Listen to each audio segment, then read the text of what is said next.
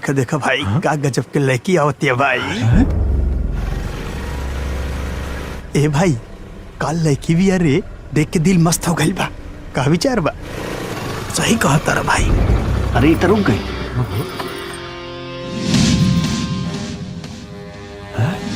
अरे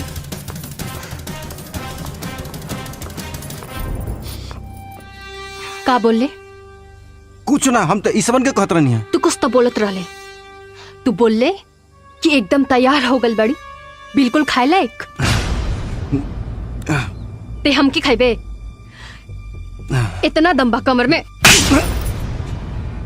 ससुरा ज्यादा गर्मी चढ़ गल बा। और तू लोग भी सुन ले, हमू लईकी ना हई जे नजर झुका के चलो। वो भी तोहनी जैसन लफंगा लोगन की वजह से। होली के मतलब का होला?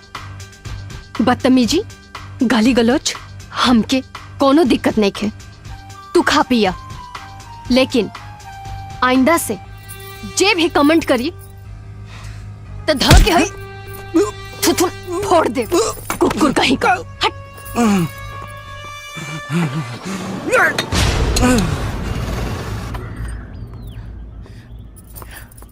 अरे बाप रे।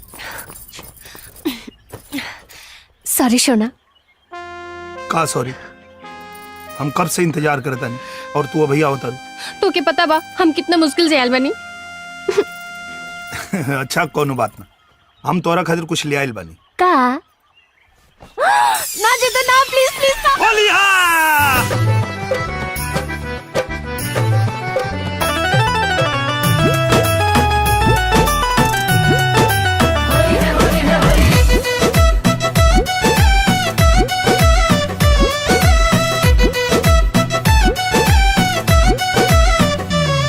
कर फगुना का रंगदारी, झुक सनन सनन ललकारी।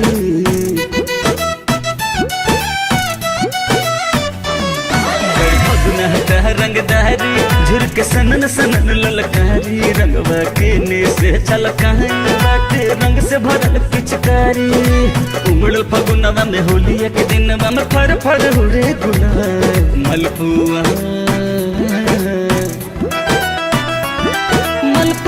जैसन गाल तोहर, करम लाल लाल हो। मलपुआ जैसन गाल तोहर, करम लाल लाल हो। मलपुआ जैसन गाल। मचल खूबे लुट्टू बाटे, होली में ना छुट्टू बाटे। मना के रखो संभाल, बाटे रंग से एलर्जी हमके। छुआ ना गाल, बाटे रंग से एलर्जी हमके। छुआ ना गाल, बाटे रंग से एलर्जी।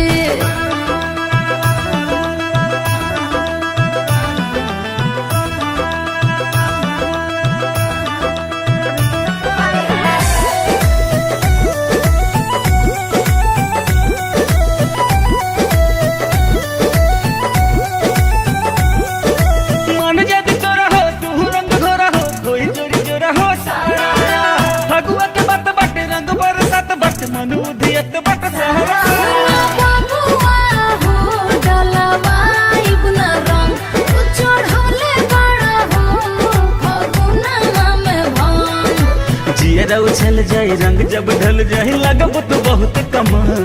मलपुआ मलपुआ जैसन गाल तोहर, करम लाल लाल हो। मलपुआ जैसन गाल तोहर, करम लाल लाल हो। मलपुआ जैसन गाल।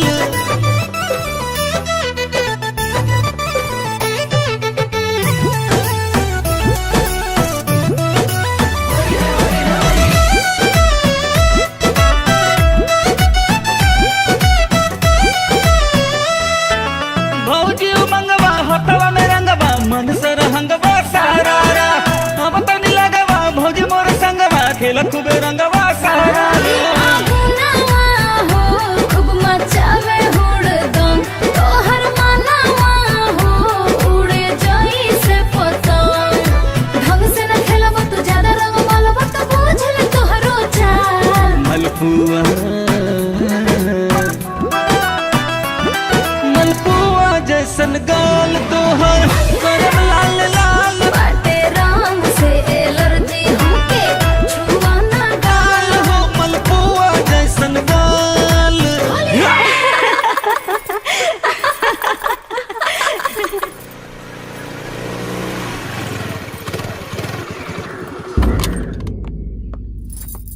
हम तोहरा से परेशान हो गइल बनी। भगवान करे तोहार बियाह हो जाओ। का भइल माई? लइका लोग लइकी के देख के उल्टा पलटा बात करे ले, कोनो नया बात नहीं खे। तू जे कैलू हा वो ठीक नहीं खे। बस यह बात से, यह बात घर के लोग लड़की के कमजोर और मजबूर बना देवेला। लड़का के तो हर तरफ से सपोर्ट मिलेला, तो फिर लड़की के काहे ना मिलेला? हर बात पे लड़की के रोक टोक लगेला, ये मत करा वो मत करा, यहाँ मत जा वहाँ मत जा। आखिर लड़का लड़की में अंतर कौन बात के बा? इहे अंतर बा, लाज शरम लड़की के जेवर होला और गुंडागर्दी लड़कन के शान। हम ना मानी ले सब, लड़की लड़का से कहीं से भी कम नहीं खे। हम ओकरा के बहुत कम मानी हम। होली रहल यही से छोड़ देनी, दोबारा हमके मिली ना तो इतना मारब कि मारत मारत हॉस्पिटल तक ले जाए। हम केहू से डरे वाला नहीं छी। वाह वाह बेटी, बहुत बढ़िया।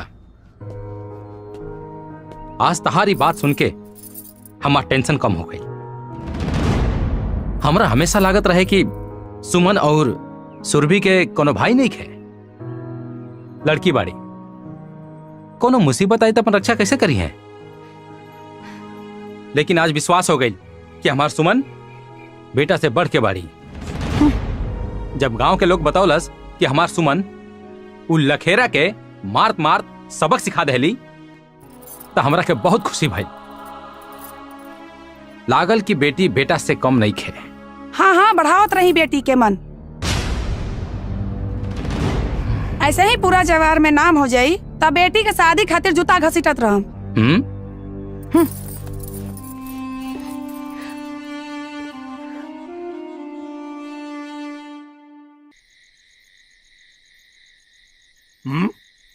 का सोचता रह लोग?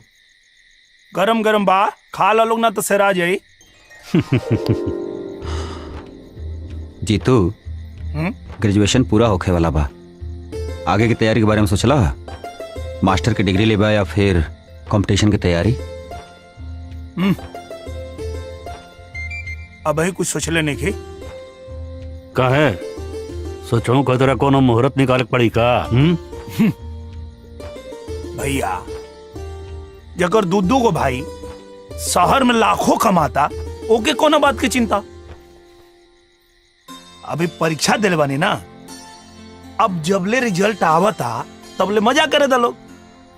तू ऐजा मजा के बारे में सोचता रह। अब भैया तेरा भविष्य के लेके कितना चिंता करता रहे, तेरा कुछ पता बा? का भइल भैया के? अभी तो कुछ भइल नहीं खे, लेकिन तू अपन जिम्मेदारी ना समझ पाना तो उनके शुगर और ब्लड प्रेशर जरूर हो जाई। काहे से कि भैया तोहरा नौकरी के लेके बहुत चिंतित रहलन। हाँ, हमरा के जितेंद्रा के नौकरी के लेके चिंता बा, पर हमरा के अपने भाई पे पूरा भरोसा बा। ये भी एक दिन तू लोग जैसन समाज में हमार सर गर्व से ऊंचा करी।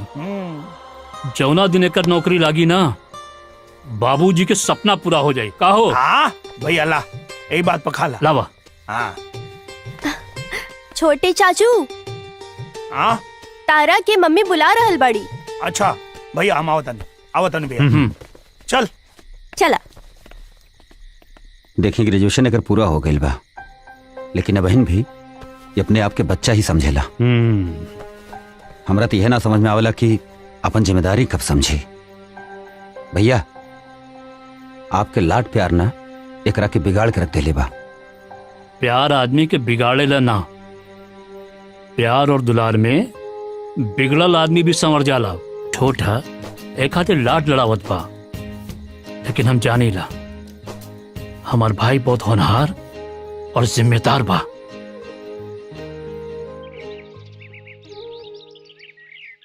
भैया, ये मेरी होली में गांव में आके बड़ा मजा आई। अगर सरकारी नौकरी के मजबूरी ना रहती तो 2-3 दिन और ही रहती। का हो भैया? बिल्कुल सही। कोनो बात नहीं, तू लोग त्योहार पे आ गए, बहुत अच्छा लागल। ऐसे त्योहारे आ जाल करा तू लोग। जरूर भैया, जरूर। चला, ये सामान उठावा और गाड़ी में रख दो। अच्छा। ए कृष्णा, भैया आई पकड़, सामान पकड़, सामान उठा के गाड़ी में रख। हम भौजाई को उठा के गाड़ी में रखा।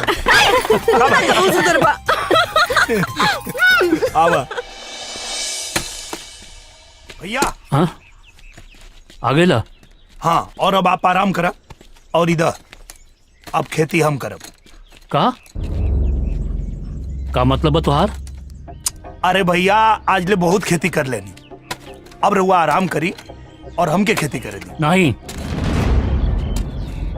तो क्या खेती नहीं, नौकरी करे के बा। काहे कि हम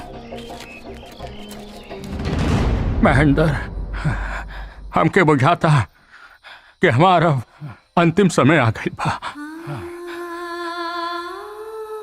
आज हम तोरा से एगो खास बात करल चाहतनी बेटा। बोले न बाबूजी, कहीं का बात बा? बेटा महेंद्र, हर बाप के जवाबदेही होला मरला से पहले तू अपन बच्चन के अपन पाँव पे खड़ा होके के हुनर सिखा दे, लेकिन ये जवाबदेही हम ना निभा सकनी बेटा। यही से आज ये जवाबदेही की जिम्मेदारी तोहरा कंधा पे सौंप के जात है। आज एगो वचन अपना बाप के दे दो बेटा, हमरे पे बड़ा उपकार होत। आप तीनों भाइयन के खूब पढ़ैया लिखैया, शहर भेज करके अच्छा नौकरी दिलैया, ये हमके वचन दो बेटा, वचन दो बेटा। हम वचन देता नहीं बाबूजी, वचन देता नहीं। भैया कहाँ गुम हो गिला? देखा जितेंद्र, तो हर दोनों भाइयन की नौकरी लाग गेल बा। अब तोहार भी नौकरी लाग जाई तो बाबूजी के दियल हमार वचन पूरा हो जाई। अरे वचन राउर पूरा हो गेल बा भैया। रउआ हमरा के लायक बना देले बानी कि हम आज चाहे तो आज नौकरी कर ले। हम चाहते हैं कि हम खेती करी। नहीं, तो क्या खेती नहीं? खेती में कुछ नहीं रखल बा, ये घाटा के सौदा बा। किसान कितना भी मेहनत काहे न कर ले, 2 जून की रोटी से ज्यादा न कमा सकेला। एक खातिर कहत बानी, तुम अपन दोनों भाइयों जैसा नौकरी करा और अपन भविष्य उज्जवल बनावा। भैया तनी एक बात गौर से सोचा, नौकरी बा कितना?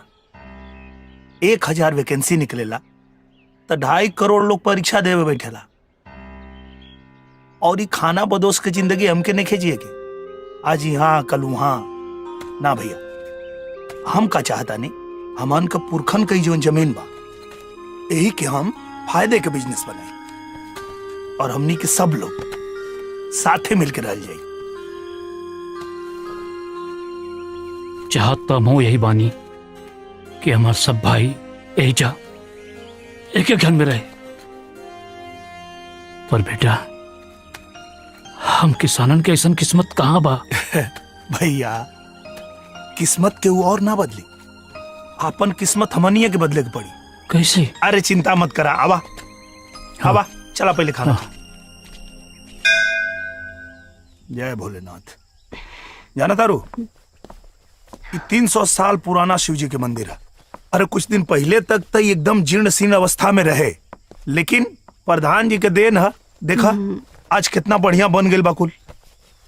अच्छा फिर मिले के, चलो बाय। का बाय? चला शहर घूम के आई। अच्छा शहर घूमे के मन बा? ठीक बा, चल अब पीछे सरका। काहे पीछे बैठे में लाज लगता? अरे वो बात नहीं खे, मतलब लोग का कही। अरे पागल, लोग लिहाज के चक्कर में रहबा ना तो जिंदगी के असली मजा भूल जाएबा। वैसे भी लोग के का काम बा, ताना देवे के अलावा और कुछ थोड़ी ना आवेला। कुछ ना कुछ तो बोलते रहिए। चला पीछे बैठा बैठा। अरे ढेर लाज लगता तो हाइलर दुपट्टा अब मुंह पे बांध ला, अब पीछे बैठ जा, केहू न पहचान। चला बैठा। अरे गजब हाल बा भाई। अच्छा गिरेबू ना ना? ना सुना, ठीक से पकड़ के बैठिया, ऐसा ना हो कि तू बीच रास्ते में कहीं उलट जाएबा, हम तो के शहर जाके खोजत रही। चलो। अरे डिस्को में चले? चलो मजा लिया जाए, चला चलो।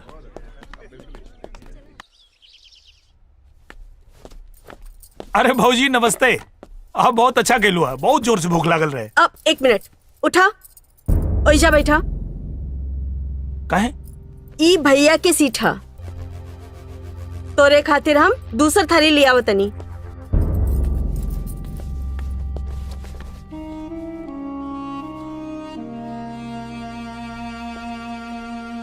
अरे जितेंद्र। हाँ भैया नमस्ते। कब आइला? अभी है नहीं भैया। भैया हम डिसाइड कर लेनी, अब हम खेती करब। बेवकूफी के बात मत सोचा जितेंद्र। खेती किसानी में कुछ नहीं रखल, पढ़ा लिखल बड़ा, कोनो नौकरी कला।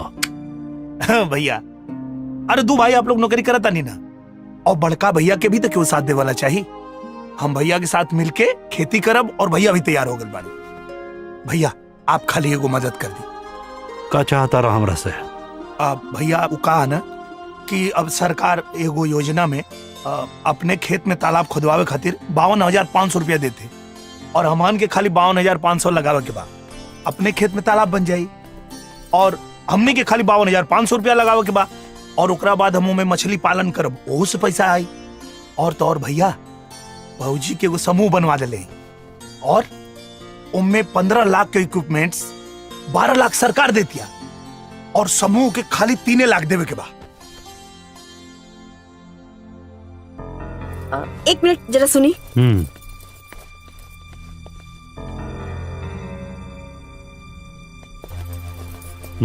खबरदार जी ट्रैक्टर दिलवाईनी, कुछ ना होई उनकरा से, और लोन के पैसा आपके ही चुकाए के पड़ी। अब ही नहीं समझा दी, जाइए जैसे। अरे जाइए।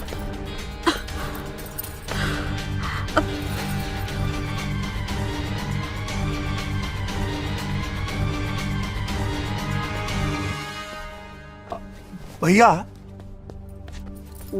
बड़ा जरूरी काम एगो याद आ गइला, हम बाद में आवत। अरे अरे खाना खा के जा। अरे भैया हम बाद में खा ले, बहुत जरूरी काम बा। अच्छा भइल चल गई। ई सब के चक्कर में पड़े के कोनो जरूरत ना बा। पहले भी हमने कोनो कम मदद ना कहीं इनकर। अरे कबो खाद खातिर, कबो बीज खातिर, कबो घर के मरम्मत खातिर, और हर महीना 25-30 हजार रुपया तो देते बानी। पर पहले तो मंझला भैया भी मदद करत रहनी, लेकिन अब वो तो मना कर देनी कि हमारा बच्चा हा, काहे हमनी के बच्चा नहीं खे। रेखा भैया हमनी खतरा बहुत कुछ कहले बाड़न, हमनी के कोनो बात के मना नहीं कैले, हम उनकरा के ना नहीं कर सकत। बड़का भैया उहे कैले जे बड़के भैया होए के नाते उनकर फर्ज बा, और फिर बड़के भैया की बात अलग हा, उनकरा के बरसन से खेती के एक्सपीरियंस बा। ई जितेंद्र ओकरा कोनो खेती के एक्सपीरियंस बा? जितेंद्र से खेती ना होखी। खबरदार जे ट्रैक्टर के पैसे दे रहल बानी, अगर हमके पता लागल कि आप ट्रैक्टर के पैसे देनी तो एगो बात जान ली, हमसे बुरा केहू ना होखी।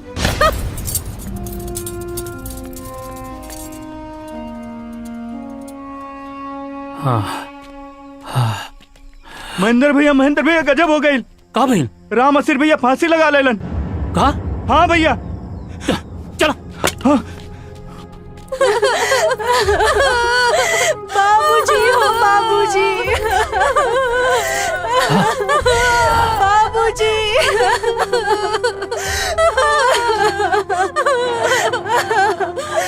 बाबूजी।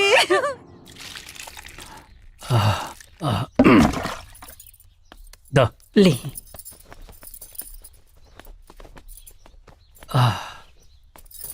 जाना तोड़ पार्वती का रामाशीष 2 साल से शादी की तैयारी करत रहे। हाँ। अपन बेटी के परसोइया हमरा से कहस, ए भैया एहू साल जितना अनाज हुई सब बेच देहब।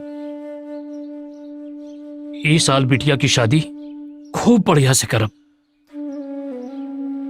पर किसान के ऐसा किस्मत कहाँ हो जो सोचे हो जाए। सब ठीक हो जाए। हमरे को बिटिया हो, पता नहीं हमरे किस्मत में का लिखल हो। ये सब सोच के रहुआ काहे परेशान होता नहीं, हमनी के साथे ऐसा ना होखी। भैया राम आशीष भैया के साथे जोन भइल बहुत बुरा भइल, और आपके साथ 3-3 गो भाई बाने। आप काहे चिंता कर देने भैया। और वैसे भी भैया पूरा दुनिया बदल गेल बा, खेती करे के तौर तरीका भी बदल गेल बा। तो हमके तो ई लागेला कि यहाँ के किसान लोग के भी थोड़ा अपना खेती के तौर तरीका बदले के चाहिए। तो हम लोग के जौन अपन बात रखे के रख ला, ओकरे बाद साहब तो हम लोग के बताइए। जितेंद्र भैया, आप तो बाहर से पढ़ाई करके आयल बानी और देश दुनिया के आधुनिक यंत्र के बारे में हमन गांव वाले के कुछ पता नहीं खे। ठीक बा, आप अगर कहतानी तो एक बार आपो के बात मान लेतानी, कइल जाई। फायदा होई तो फायदा होई और नुकसान होई तो छोड़ देवल जाई। हर साल तो हमन लोगन के लगले रहला, कबू फायदा तो कबू नुकसान। चला ठीक बा, अगर तू लोग सहमत बाड़ा लोग तो ये कृषि विभाग से आल हो साहब, ये देखा तो हम लोग के बतावत हुआ कैसे करे के है, एक बार इनसे समझ ला लो। बताएं साहब। देखिए, प्रदेश की जो सरकार है किसानों के प्रति बहुत ही ज्यादा चिंतित है और चिंतित होने का सिर्फ एक ही विषय है कि इनकी आमदनी कैसे बढ़ाई जाए। तो उसको लेके बहुत सारी योजनाएं चलाई जा रही हैं और उन योजनाओं का आप लोग फायदा उठाइए। उन योजनाओं के बारे में मैंने जितेंद्र भाई साहब को सारी बातों से अवगत करा दिया है। इनसे जानकारी लेके उनका लाभ उठाइए। जब उनका आप उपयोग करेंगे तो आपकी आमदनी बढ़ेगी। देखा, मूल बात यह है कि जवन खेती का तरीका आओ के बदले क्या, काहे कि अगर खेती नुकसान का बिजनेस रही तो मल्टीनेशनल कंपनी आवत खेती करे। सही बात, सही ना, मल्टीनेशनल कंपनी खेती करे आवत है, मतलब खेती में फायदा। जी जी हाँ, अब वो खेती के करे का थोड़ा तरीका बदले के पड़ी। जौन वैज्ञानिक तरीका से खेती करवा लोगन तब जाके उमें लाभ होई। और एगो बहुत बड़ी गलती करे ला लोग, वो साहब जो ने लोग डंठल जलाते हैं उसके बारे में बता दीजिए। हाँ, देखिए, हम लोग जान नहीं पाते हैं कि नुकसान क्या हो रहा है। हम अच्छाई की जगह पर बुराई का काम कर देते हैं। जो अपनी मिट्टी है, जिसको हम सॉइल कहते हैं, सॉइल के ऊपर जब हम किसी खरपतवार को हम जब जलाते हैं तो उससे हानिकारक कीड़े मकोड़े तो मरते ही हैं, जो लाभदायक कीटाणु हैं वो भी मर जाते हैं। हाँ हाँ। और सॉइल की जो उर्वरक शक्ति होती है, जो फर्टिलिटी है, जो उसकी उपज शक्ति होती है, वो भी समाप्त हो जाती है। इसीलिए सरकार चाहती है कि आप लोग जो हैं किसान भाई अपने खेत में किसी भी प्रकार का कोई खरपतवार, पुआल, कोई डंठल ना जलाएं। अगर आप जलाएंगे तो नुकसान आपका होगा। ओके, ना जलावे खातिर के नया नया उपकरण आला जोताई करे खातिर, जोने से कि वो जड़ से डंठल उखड़ जाई और वो खेत में सड़ के खाद बन जाई और उल्टा फायदा करी। हाँ हाँ। और वो सिंचाई वाला जो उपकरण है साहब, और सिंचाई के लिए उपकरण आया है। पहले हम सिंचाई नाली बनाकर करते थे तो नाली में बहुत सारा पानी जाता था जिसका कोई उपयोग नहीं हो पाता था। और सिंचाई का मतलब ये नहीं है कि पूरे खेत को पानी से भर दिया जाए बेमतलब का। पौधे को कितना पानी मिल रहा है उससे मतलब है। इसलिए सरकार ने जहाँ पे पानी एकदम नहीं है या कम है तो वहाँ पर डिप इरिगेशन की पाइप जो है आपको सब्सिडी पर दे रही है, स्प्रिंकलर दे रही है कि कम पानी में अधिक फसल की सिंचाई कैसे की जाए। तो आप जो है उसका उपयोग करिए, जिससे क्या होगा, एक तो पानी कम लगेगा, खर्चा कम आएगा, पैदावार उससे भी अच्छी होगी। समझ गए? ये तो अच्छी, बढ़िया है। और सुना, वो जो उपकरण है सिंचाई वाला, उनमें 90% पैसा सरकार दी, 90% सरकार दे रही है, आज 10% सिर्फ किसान भाइयों को लगाना है।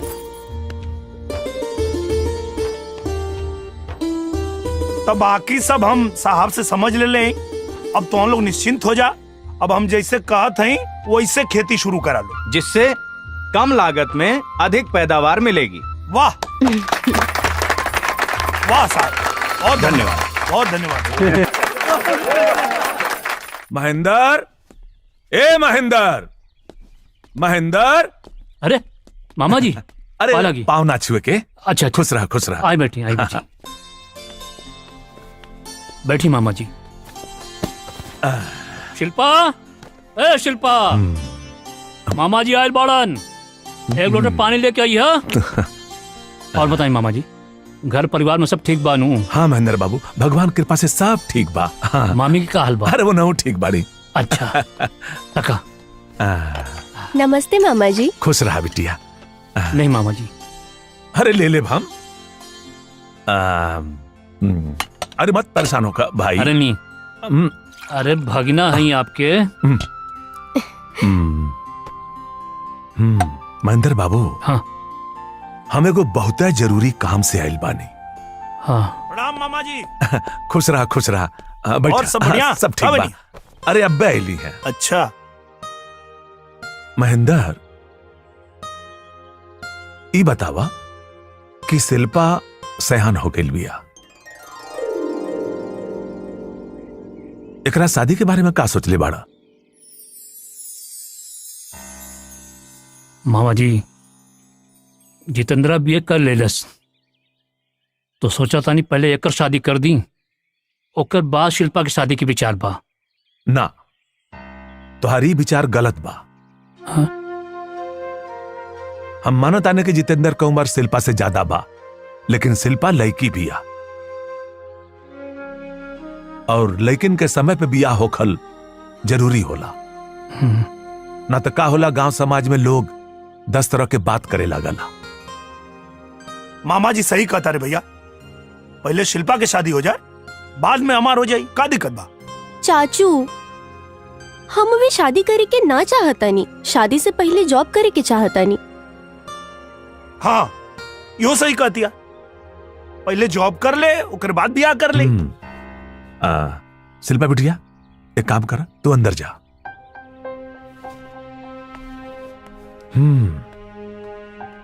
महेंद्र को बात कही। हाँ।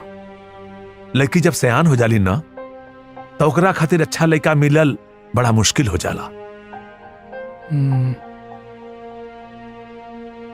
अब फिर हमनी के समाज में लड़की के जॉब से ज्यादा शादी जरूरी होखेला। लेकिन मामा जी जितेंद्र, तोरा के गांव समाज के बारे में ज्यादा जानकारी नहीं खे। मामा जी ठीक कहत बाड़े। तू एगो काम करा, भाभी जी से बोल के नाश्ता लेके आवा। जा जा। जी ठीक बा, ठीक है मामा जी। महेंद्र, हाँ, हमरा नजर में एगो लड़का बा। हाँ, यही खातिर हम आइल बानी। लड़का इकलौता बा, इंजीनियर हवे। अच्छा। घर के 40 बीघा खेत भी बा। अच्छा। और लड़का देखे में भी सुंदर बा, घर द्वार भी अच्छा बा। हाँ। कम दान दहेज में पट भी जाई। हम तो ये कहब कि चल के देख ला, अगर मामला जम जाई तो चट मंगनी पट बिया कह के गंगा नहा ला। हम कल आपके साथ लड़का देखे चलब।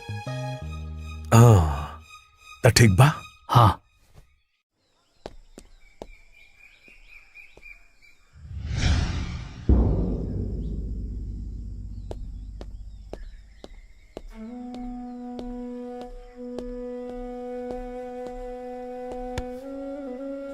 का भाई? चाचू, हम अभी शादी ना करब, शादी से पहले अपना पाँव पे खड़ा होके के चाहतानी। प्लीज चाचू, शादी रुकवा दी। अरे मैं परेशान होके का बात बा? हम बात करब ना भैया से। पागल, चल।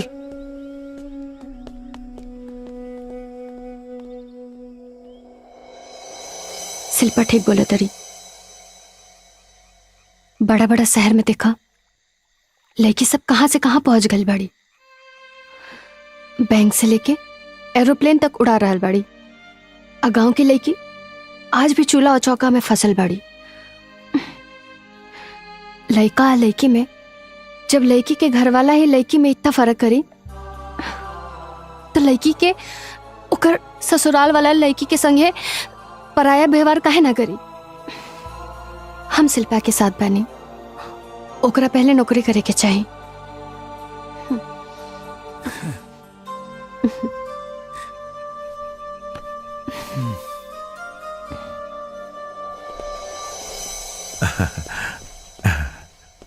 नमस्कार। प्रणाम, नमस्कार। ई बाड़ा विशेषर बाबू। अब में कोनो दिक्कत ना भइल? अरे जब मामा जी साथ बाड़े तो दिक्कत के सवाल नहीं के उठत। आए बैठे। जी आए आए।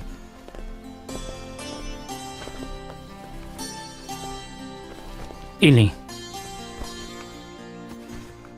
रामू, चाय पानी लेके आओ। रउआ कहत रहे कि हमार होखे वाली बहू नौकरी कर चाहत रही। जी।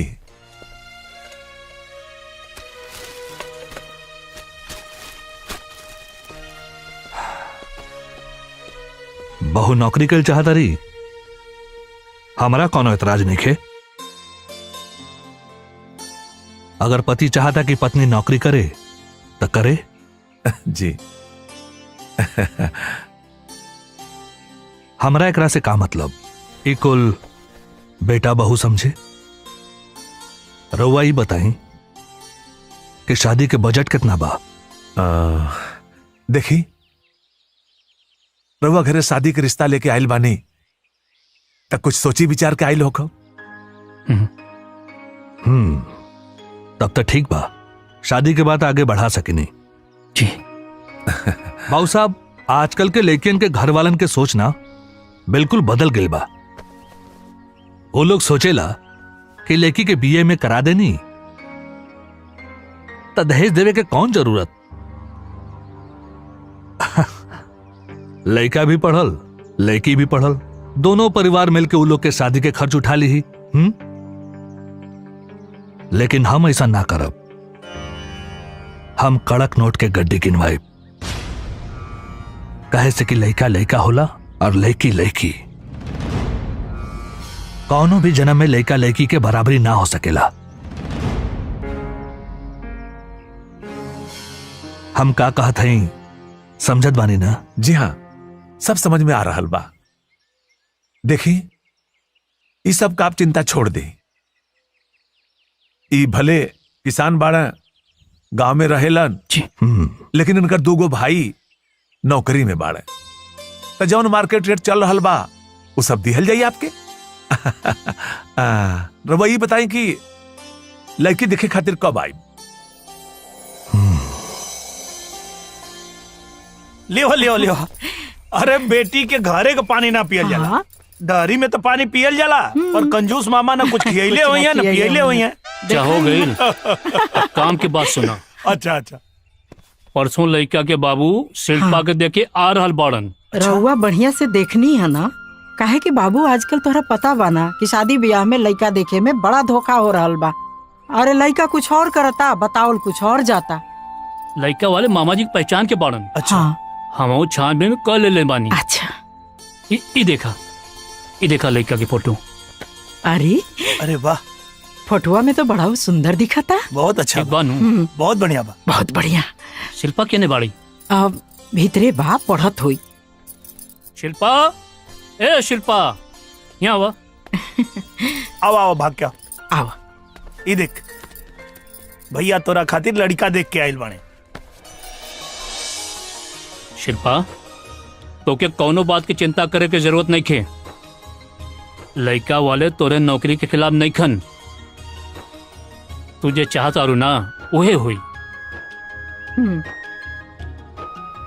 मतलब लड़का वाला समझदार बाने। वाह, बहुत अच्छा। और दान दहेज के सब बात कर लेनी है ना? ज्यादा नहीं खे, और कहते भर बा। मतलब दहेज भी लिया सब? बिना दहेज के शादी क्या कराता?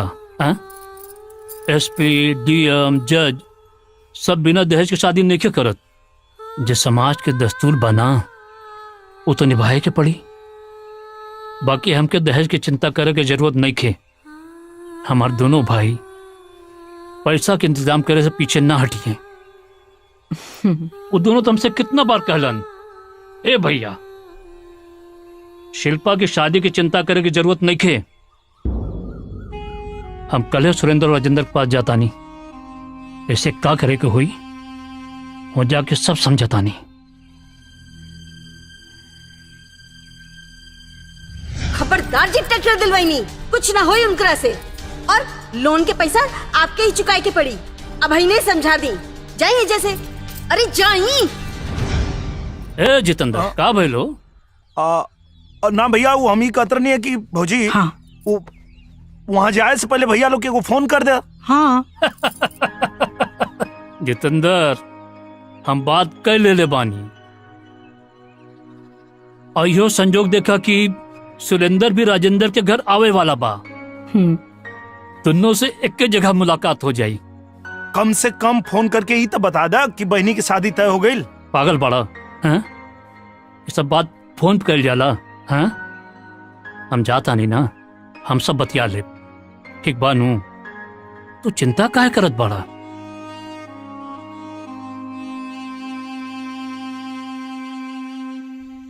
हमरा के पता बा कि बड़का भैया के वो लोग से निराशा मिली। टेंशन ही बात के बाकी कि भैया वो सदमा के बर्दाश्त कैसे करिए। पहले हमारे भाई लोग ऐसा ना रहे, हम सब भाइयन में बहुत प्यार रहे, पर शादी के बाद वो लोग इतना कैसे बदल गए समझे में ना आई। सुमन, औरत के स्वभाव ऐसा काहे होला? भाई भाई के बीच के प्रेम के खत्म काहे कर देवेली? बड़का भैया हमरा खातिर भगवान जैसन बना। हम उनकर अपमान और आंख में आंसू बर्दाश्त ना कर पाए। जीतू, हर औरत एक स्वभाव के ना होली।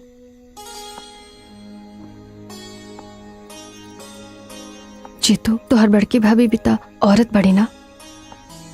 जे भी हो रहल बा उमे तो हर दोनों भाइयन के कम दोष नहीं खे। वो अपना बड़का भैया के प्रेम और त्याग कैसे भूल गई ले?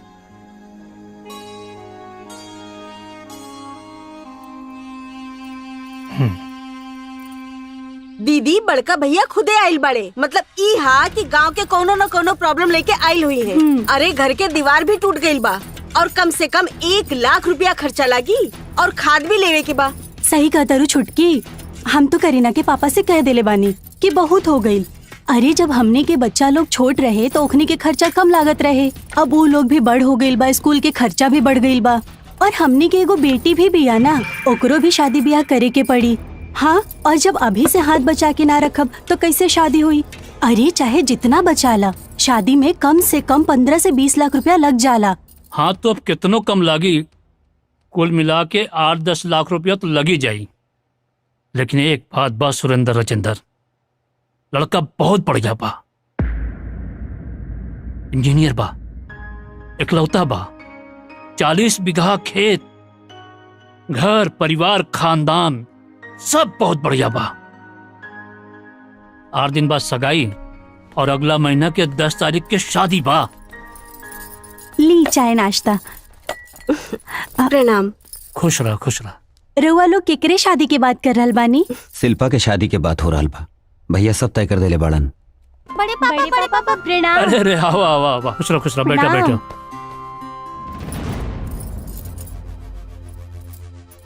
एक मिनट सुनी, तनी अंदर आई ना।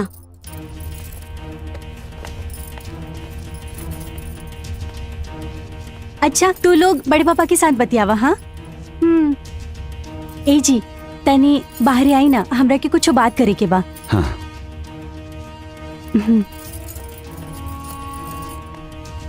भैया आप चाय पिया, हम आवता नहीं।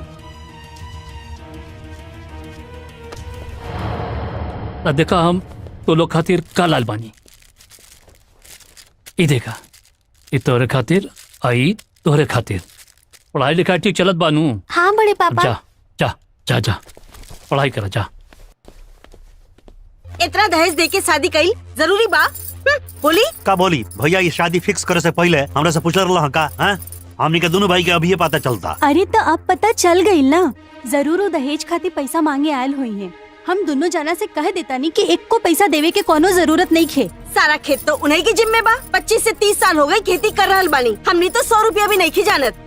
अरे छोटकी, सब पैसा वो जमा करके अपने पास रखले हुई है। वो झुट्ठो हमने के लागे आ गई पैसा मांगे खातिर। भैया रेखा अभाभी ठीक कहता लो। आखिर शादी के पैसा के हम इंतजाम कहाँ से करे? हमरो तो बच्चा बड़ा सन, पढ़ाए के बा, लिखाए के बा, शादी करे के बा।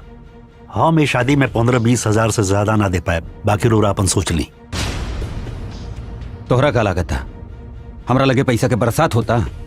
हमरो एगो बेटी भी है, धीरे धीरे वो सयान होतिया।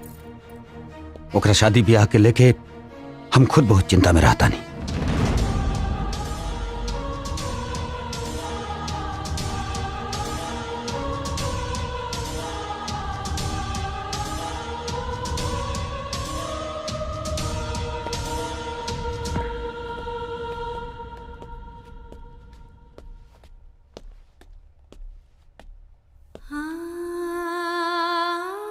भैया चाय ना लाने रो रहा? ना राजेंद्र, चाय ना पियब, गैस हो जाला। डॉक्टर पिए खातिर मना कह देबा। अच्छा हम अब चलत तानी। आप भैया इतना जल्दी? हम खबर देवे आयल रानी। बाकी सब लोग सगाई में जरूर आइया और बच्चन के भी ले आइया। ठीक बा, चला तानी। प्रणाम। खुश रह। प्रणाम। खुश रह।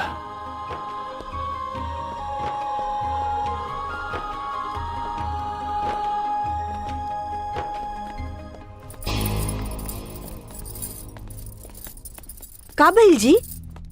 भैया हमनी के बात सुन लाले, यही से नाराज हो गई। ठीक भाई जी, सुन लेनी। हमनी के मना तो ना करे के पड़ल। अरे इतना साल से खेती बाड़ी कर रहल बाड़े, खूब पैसा बचा के रखले हुई है। सुनी, छुटकी एकदम सही कहतिया। हमनी के उनका बीच में आवे के कोनो जरूरत नहीं खे और ना ही उनकरा के पैसा देवे के बा।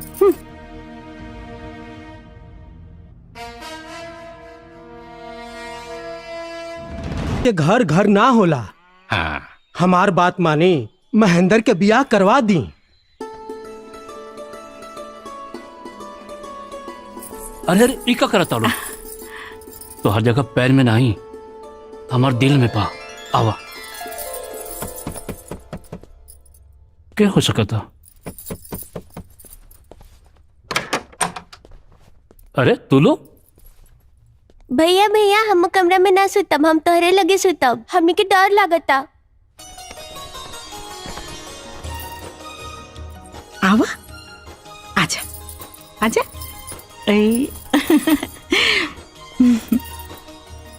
पार्वती, आज हम तुझसे को वचन चाहता नहीं। बोली। हमार तीनों भाई बहुत छोट बाड़न। एक कुल के देवर ना, अपन बेटा समझिए। हाँ ठीक बा।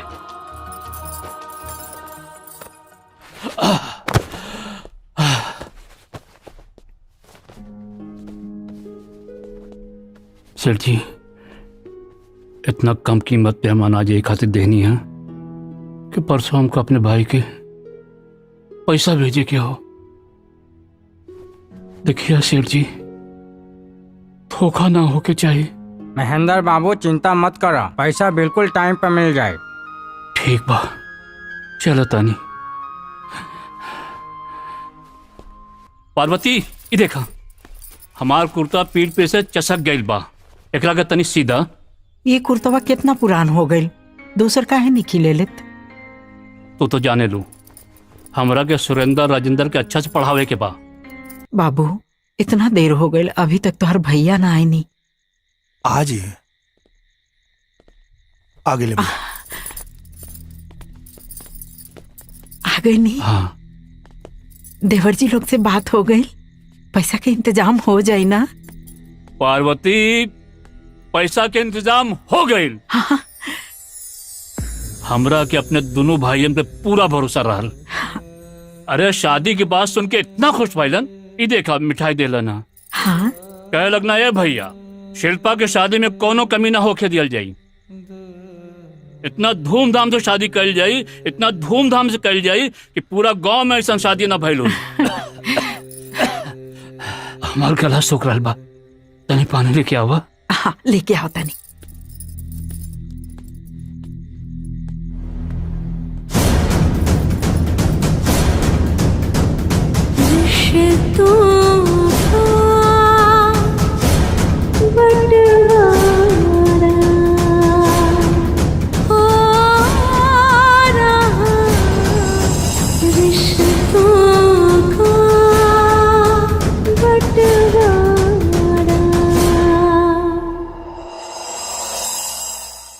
बड़का भैया कहत रहे हैं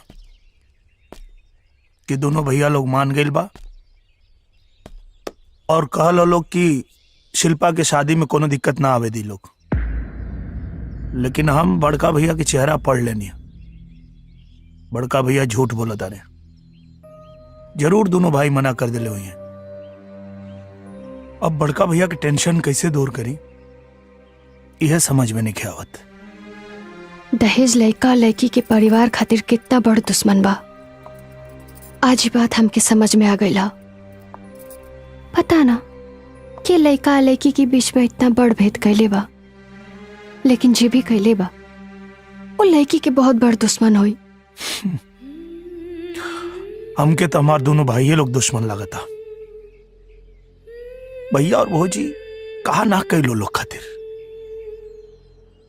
और आज भैया भौजी के तपस्या के ही सिला दे रहल बालो।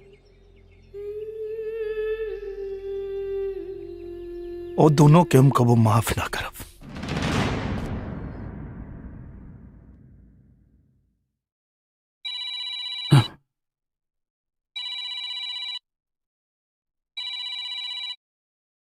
हेलो महेंद्र जी, रउआ आज पैसा लेके आवा वाला रहनी, कहाँ पहुंचल बानी? हमरा और इंतजार करता नहीं। विश्वेश्वर बाबू, हमके 2-4 दिन की मोहलत और दे दी। हम पैसा के इंतजाम में लगल बानी। पैसा मिलते ही हम रउआ के पास आ जाए। पहला इंस्टॉलमेंट में ही हाल बा, त आगे का हुई महाराज? देखिए, अगर पार नहीं लागत तो प्रोग्राम कैंसिल कर दी। अभी कोनो जरूरी बा कि सबके दमाद इंजीनियरे होके? अरे बेरोजगार बाड़े, चपरासी बाड़े, उ सब का करी है?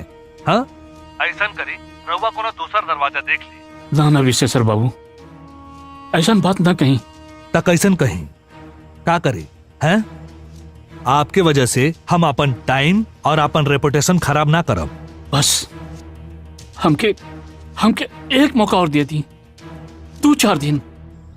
ठीक बा, लेकिन एक बात कान खोल के सुन ली कि शादी से पहले हमरा के पूरा पैसा मिल जाए के चाहे। पूरा पैसा मिली तभी यहां से बारात उठी।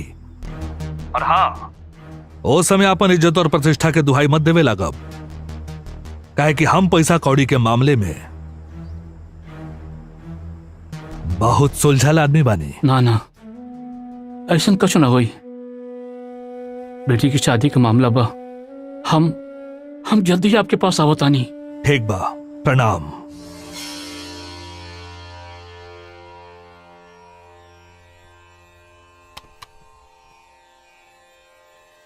रिश्तों का बंटवारा। भाऊजी, हमरा के बहुत भरोसा रहे कि शिल्पा की शादी में दोनों भाई पूरा मदद करिए, लेकिन हम गलत साबित हो गए। नहीं, हम अपन आंख से देखनी है कि परिवार के पाया में खून लग गई बा। अब एकरा के गिरे से बचावल बहुत मुश्किल बा।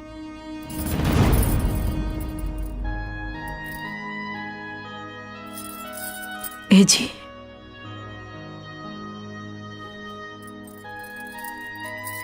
हम राउर सब बात सुन ले बनी। अगर वो लोग अपना कर्तव्य के नइखे समझत तो हम वो लोग के समझाए। आप बड़ी मेहनत से हमनी के ये घर बनौले बनी जा, इतना आसानी से ये घर के ना टूटे दे।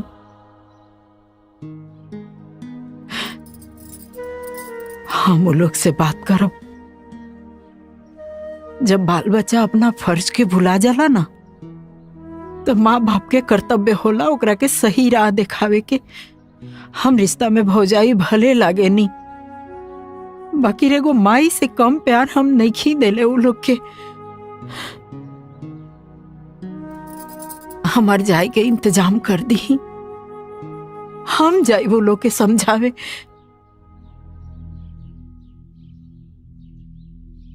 का समझेबू हैं? वो सब बच्चा ना रहल, बड़ हो गईल बा, हमसे भी ज्यादा समझदार। शिल्पा के माई, पंछी के बच्चा के जब पर आ जाला ना तो अपन घोंसला छोड़ देला और फिर कबहू वापस ना आवेला। यह संसार के रीत बा। लेकिन पंछी और मनुष्य में अंतर बाना। जमाना बदल रहल बा, एक खातिर अंतर भी बदल रहल बा। हम तो सुनली कि बड़ा बड़ा शहर में बच्चा लोग अपने माँ बाप के घर से बाहर कर देले। लेकिन ई तो गलत बात बाना। का गलत और का सही ये एक व्यक्ति नहीं, समाज तय करेला, समझ लू। तो कोनो बात की चिंता मत करा। कैसे हम चिंता ना करी? आखिर हमनी के शिल्पा के दहेज के इंतजाम कैसे होई? शिल्पा के माई, एगो बात बतावा, जब बाबूजी मोल रहलन तो हमार का उम्र रहल, हमार कंधा भी मजबूत न रहल। तो सब बात के गवाह बाड़ू। फिर भी हम परिवार की जिम्मेदारी निभाईनी ना, केहू को कोनो बात की तकलीफ ना होके देनी।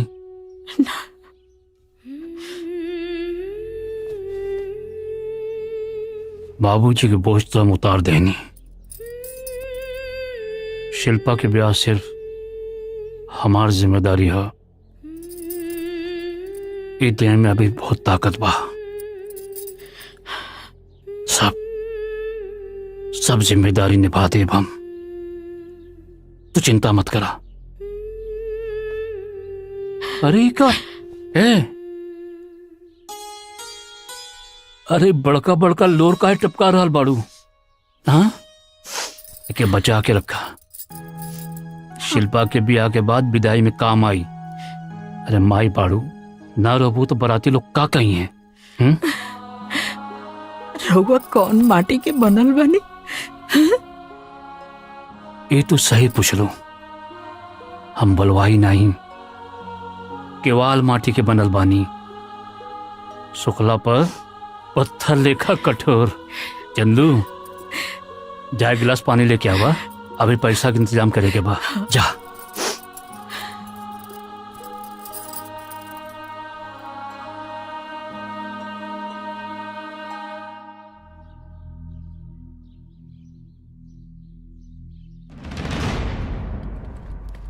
नमस्कार सेठ जी।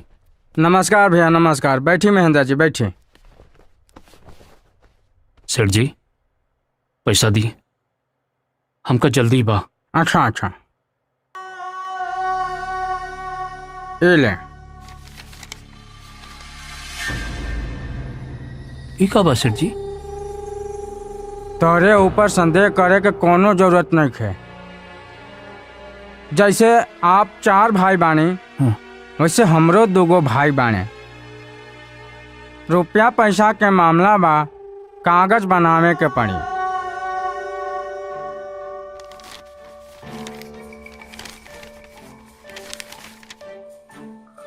एमे लिखल का बा?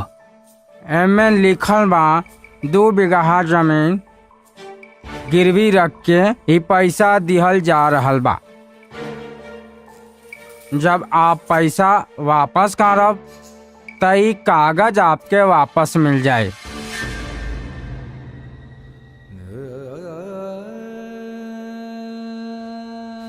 नहीं, इले बस पैसा दे दी। महेंद्र बाबू, हमरा के गलत मत समझिया। जैसे आप मजबूर बानी वैसे हमहू मजबूर बानी। ये आपस के बात है, कोनो बाहर के ना है। ये हमनिए तक रही।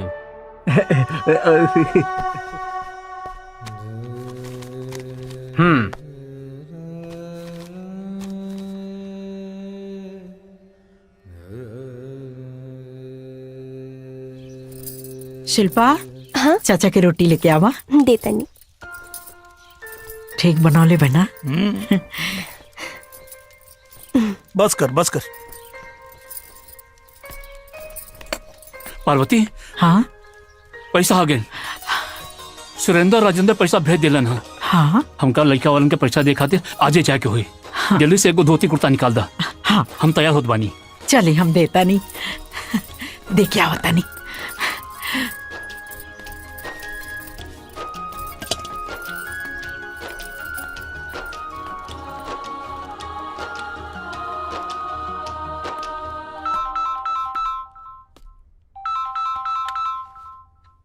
जितेंद्र।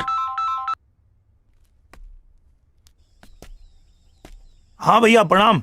हाँ बोला जितेंद्र। बहुत धन्यवाद भैया, आप लोग तिलक खातिर पैसा भेज देनी। पैसा भेज देने? अरे हम आप लोग के बारे में एकदम गलत सोचत रहनी भैया, आप लोग के खातिर आज मन में सम्मान बढ़ गया। धन्यवाद भैया, प्रणाम। काजी केकर फोन रहे? जितेंद्र के। का कहलन? कहत रहा है कि रउआ लोग तिलक के पैसा भेज देने, वही के धन्यवाद बोलत रहा है।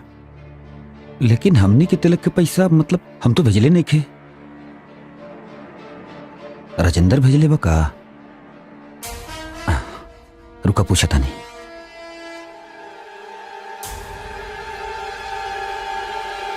भैया प्रणाम। हाँ खुश रहा राजेंद्र। अरे हम के ना बतावला है और भैया के तू पैसा भेज देला तिलक खातिर का? बड़का भैया के पैसा हम भेज दी। हाँ ना तो जितेंद्र तो बतावत रहा कि तिलक के पैसा आ गए बा और धन्यवाद बोलत रहा का? जितेंद्र कॉलसिया की बड़का भैया के पैसा हम भेजले बानी। अरे भैया हमारे लगे पैसा कहाँ बाकी हम भेजब? अच्छा ठीक बा, तू चिंता मत करा, हम पता लगाओ था नहीं सच्चाई का बा। ठीक बा भैया।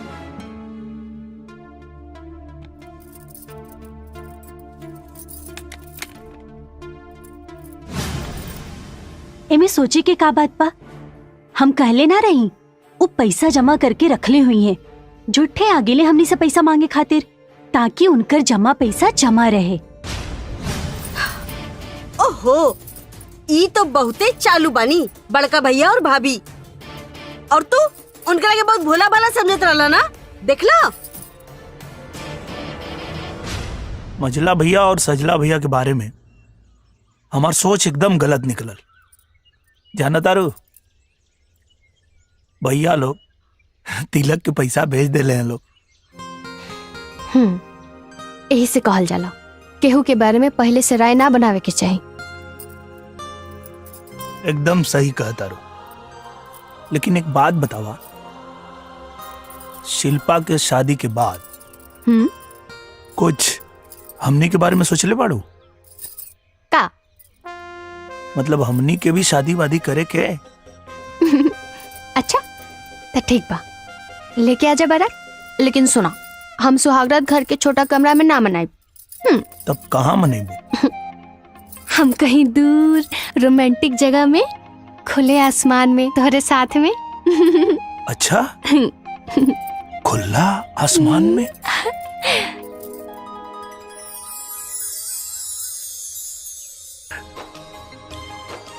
जोड़ी निमन लागता।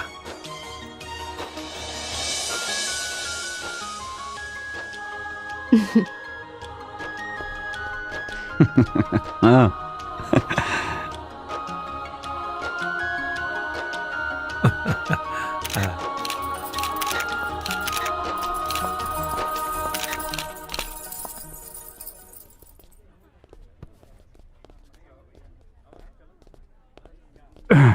ए सुरेंद्र भैया, जौन सगाई हो रहल बा ना, तू हमारे बड़का भैया के वजह से हो रहल बा का? हाँ का कहता तू? अरे महेंद्र भैया ना हमारे बड़का भैया के लगे आयल रहना।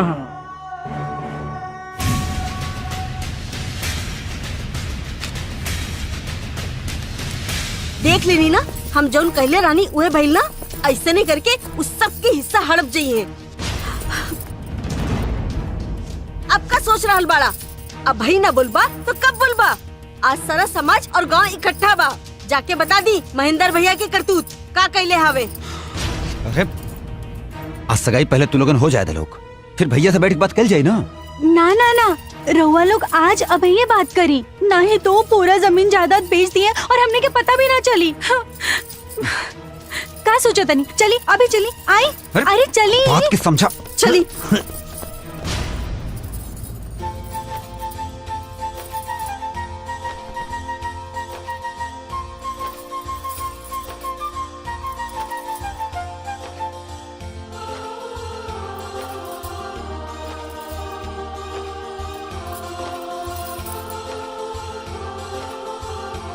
बंद कर अलवानी साहब। सब केहू अपना अपना घरे जाओ। सगाई के रस्म बाद में होई, पहले बंटवारा होई। की का बात करता रहा? का बकवास करता रहा तू लोग? जितेंद्र, भैया हमने की धोखा दिले बड़न। धोखा? कैसन धोखा? हमने के बिना बतावले जमीन गिरवी रख दिले बड़न भैया।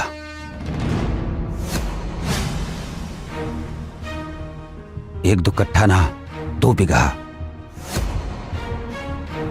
तब सेठ के भाई बतावला हमने के, तब मालूम पड़ला।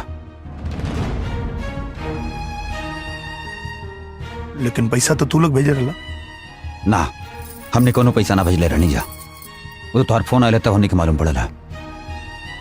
तब जाके हमने के माता ठनकल की भैया के पास इतना पैसा आयल कहां से आओ।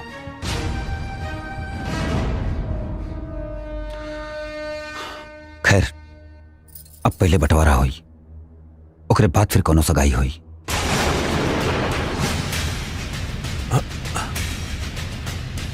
दिमाग खराब हो गई बा तू लोग के? हाँ? अगर भैया ये कदम उठैले हैं तो तोने लोग की वजह से। अगर तोने लोग पैसा भेजले रहता तो भैया का जरूरत पड़ी खेत गिरवी रखे के? महेंद्र बाबू, ये सब का हो रहा बा?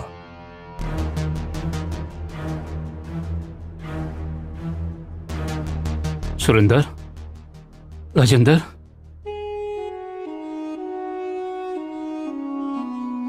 बिटिया की सगाई हो जादा। हम तो लोगन के बाद में सब बात बताओ तानी। का बताई रहुआ? हमनी के सब पता चल गई। अब पहले बंटवारा होई, ओकरा बादे कुछ और होई। का महाराज, चला लोग जी अपन सहोदर भाई के साथ इतना बड़ धोखा कर सकेला, वो बाकी लोगन के साथ का करी? अभी सगाई ना हुई ना, रिश्ता कैंसिल।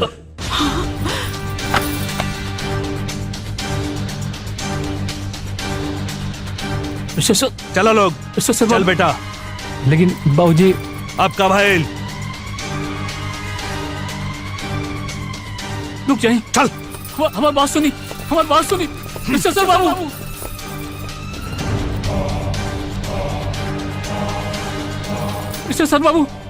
मिस्टर बाबू रुक जाइए।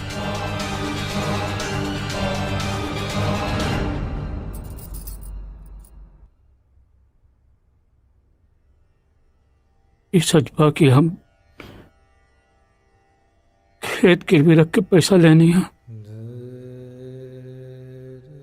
यहो बात सच बा, हमरे मन में एक पैसा की बेईमानी नहीं की। हम जो कुछ भी कहनी है मजबूरी में कहनी है। अपन और अपन परिवार की इज्जत बचावे खातिर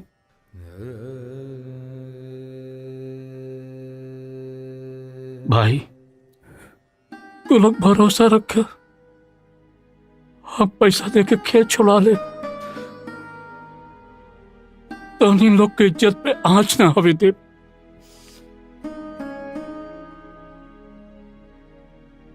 बाकी तो लोगों से विनती बा, जब तक हम जियत पानी घर और खेत के बंटवारा न होके के चाहिए। हम हाथ जोड़त बानी तू लोगन से। अरे ना भैया, रउआ जे गलती केले बानी ओकरा बाद रउआ बात के कोनो भरोसा नहीं खे। अब बंटवारा तो होके रही। हाँ हाँ, अब बंटवारा होके ही रही, नहीं तो पता चलल कि अचल संपत्ति सब बिक गई बा। हमनी भाईयन के बीच में तू लोग तब मत बोला। तोने लोग के बोले कि कोनो अधिकार देखे। काहे ना बोली? हमरो के अधिकार बा। हम ई घर पे ब्याह के आईनी है, कोनो बात के ना आईनी। हमार पापा 5 लाख रुपया देले हाँ दहेज में, और जितना अधिकार इनकर बा उतना अधिकार हमार बा। ठीक कह दिया छुटकी। भैया कह दे लोग बीच में ना पड़े। जितेंद्र, रेखा कुछ गलत ना कह लिया, इनकरो बोले कि अधिकार बा।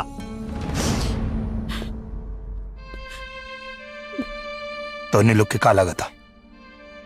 भैया जोन कैले वो गलत कैले, भैया जोन भी कैले हाँ एकदम सही कैले। अपने हाथ में रहा जितेंद्र। कहाँ हाथ में रह के बात करी? कहाँ हाथ में रह के बात करी? हमरा पता ना रहे कि तू दोनों लोग एकनी के गुलाम हो गए वाला लोग। जितेंद्र! सुरेंद्र! छोट हो गए, बड़ भाई से बात करके लिहाज भूल गए बड़ी थे। अरे ये सब का हो तो हमने सामने तो लोग मारपीट करत बाड़ा। अरे हम बाबूजी के वचन देले रहनी कि जब तक जिया बंटवारा ना हो के दे, और हमने सामने तो लोग लड़ाई करत बाड़ा। हम ही बंटवारा ना हो के दे। भैया हो गए। भैया भैया बुलाओ जल्दी। भैया देख लेनी दीदी, पसार देनी नया नाटक। भैया भैया भैया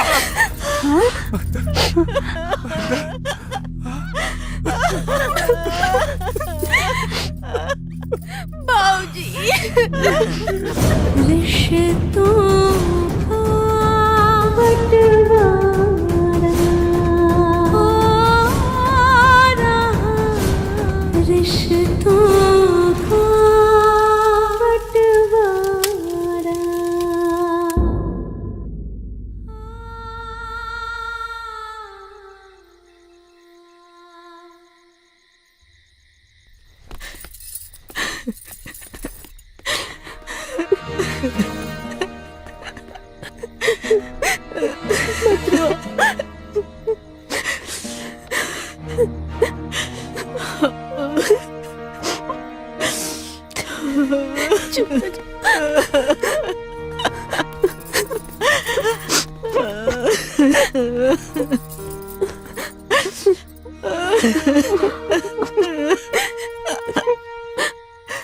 खबरदार खबरदार, अगर भाभी की छोला था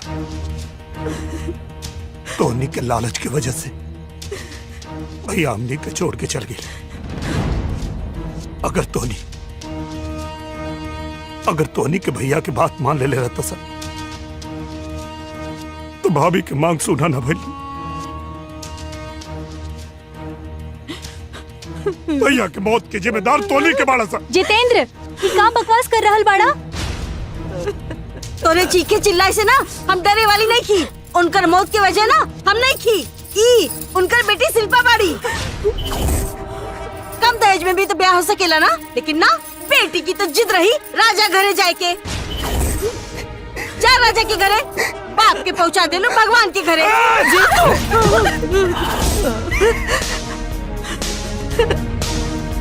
का चाहता तू?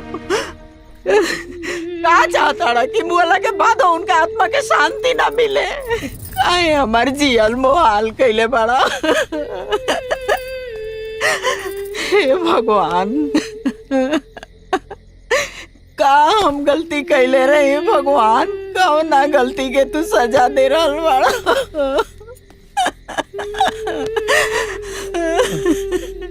चुप हो जा। चल छुटकी, इकनी से तो मुंह लागल भी बेकार बा। चल यहाँ से चल।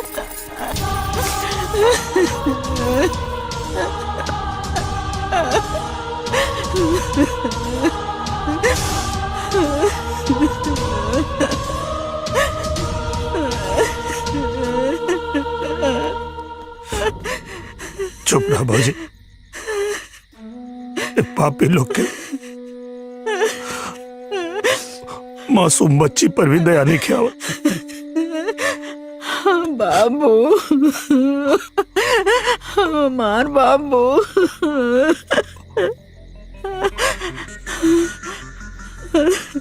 अपने के भाभी तो संभाल अपने आप के। हम उस शिल्पा के देख क्या होता नहीं। हम शिल्पा के देख क्या होता नहीं। शिल्पा, शिल्पा, छोड़ी हमरा के मर जा। दिमाग खराब हो गई बता। मर जाए दी चाचू हमरा के। हमरा वजह से हमार बाबूजी हमनी के छोड़ के चल गईले। हम बानी घर के बर्बादी के जिम्मेदार। एक बार भी ना सोच लो भैया हमनी के छोड़ के चल गए और अब तो फांसी लगावे चाहता रू। एक कुबर ना सोच लो तू बहूजी की का हाल हो, हमें दुनिया के काम मुंह दिखाए। अरे पागल, भले भैया ये दुनिया में नहीं खन, लेकिन हम अभी जिंदा बानी और जब तक हम जिंदा बानी तो अन्य के कोनो चिंता करे की जरूरत नहीं है। अब समझ कि हम ही तोर बाप बानी। चाचा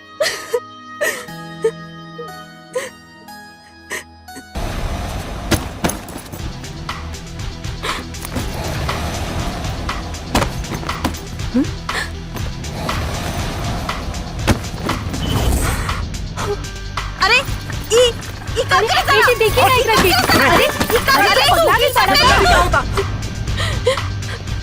अरे अरे इनका कब डाले रे रे हमनी के सामान काहे फेंकत रे? तोर दिमाग खराब हो गइल बा का? दिमाग खराब हो गइल बा। चुपचाप घर से निकल जा लोग, ना तो सामान के साथ तोनी लोग के भी उठा के घर से बाहर फेंक दे।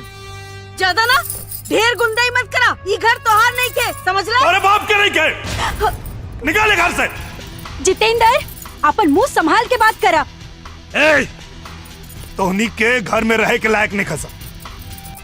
एक घर के बंटवारा ऐसे होत रहे काहे कि भैया के लिहाज करत रही, और अब एक घर के बंटवारा ना हुई जेकरा में दम होके वो बंटवारा करके दिखावे। पागल हो गए बड़े कात है। पागल नहीं हो गई, पागल पहले नहीं। हमरा आंख में पर्दा पड़ल रहे, हम के लगत रहे भौजाई लोग बाहर से आइल बा अपन पर आए करी। तोहनी के सहोदर भाई हो के का कैला सन हैं? का कैला? जौन भाई अपने खून पसीना के कमाई से तोहनी के पाल पोस के बड़ा कैलस, तोहनी के लायक बनौलस, वही भाई के बेटी के शादी में पैसा देवे से इनकार कर देला सा। तोहनी के घर में रह के लायक नहीं खसा। हमरा माथा पे भूत सवार बा। चुपचाप घर से निकल जा लो, ना तो अगर आज तोहनी पे हाथ उठावे के पड़ल तब वो हम पीछे ना हटब। जितेंद्र काहे तू ये घर के तमाशा बनैले बड़ा बाबू? एकदम चुप रह भौजी, कुछ मत बोला। तो के भैया के कसम, तोरा खातिर हमरा मन में बहुत इज्जत बा, लेकिन एकनी के मन में तोरा पति कोनो इज्जत नहीं के। चुप रहा, एकनी के एक घर में रह के लायक नहीं खसा। भौजी इलात के भूत हवे सा, बात से समझे वाला ना हवे सा। लाठी कहाँ बा? लाठी कहाँ बा? अभी समझाओ तारी। लाठी ले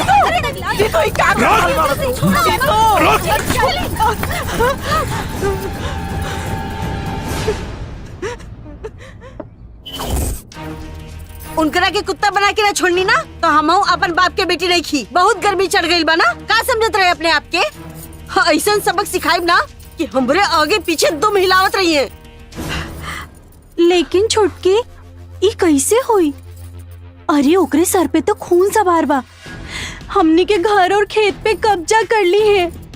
हमरे ननिहाल में भी ऐसे ही भाई, उनके दोनों भाई मिलके मामा जी के घर द्वार सब कब्जा कर ले और मामा जी के मार के दोनों टंगरी तोड़ के खटिया पे लिटाई के अस्पताल ले गई ले। आज भी छुटकी, आज भी 10 साल बाद मामा जी ठीक से खड़ा ना हो सकेले। कहीं हमनियों के साथ ऐसा ना।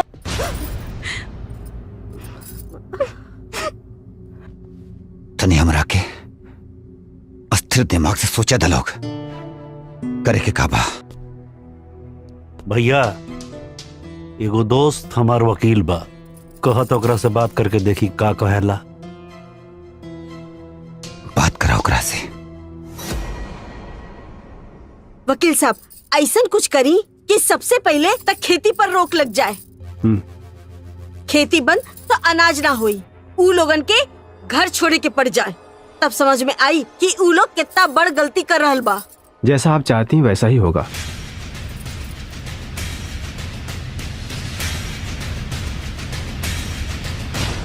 जितेंद्र जी आप ही हैं?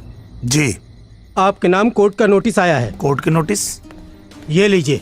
कौन बात की नोटिस? खुद ही पढ़ लीजिएगा, यहाँ साइन कर दीजिए।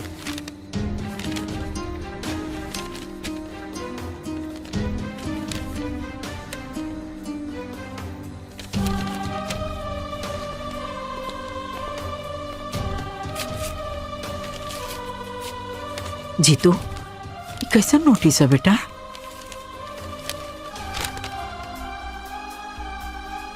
ले आज जौन ई घर के दुर्दशा भइल बा, एकर जिम्मेदार तो ना, एकर जिम्मेदार वो लोग बा। तू तो ये घर के लक्ष्मी हो बेटा, लक्ष्मी हो तू।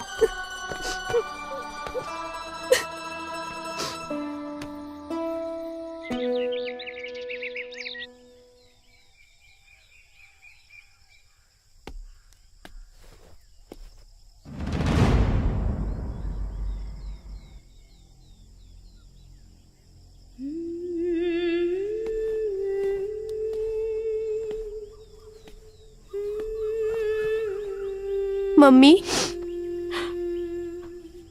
तू रोत हो? रोवाला से का दुख भाग जाई। कल से तू कुछ ना खैलू। अगर तू कुछ ना खैबू और तारा के कुछ हो जाई तो हमनी के का होई मम्मी?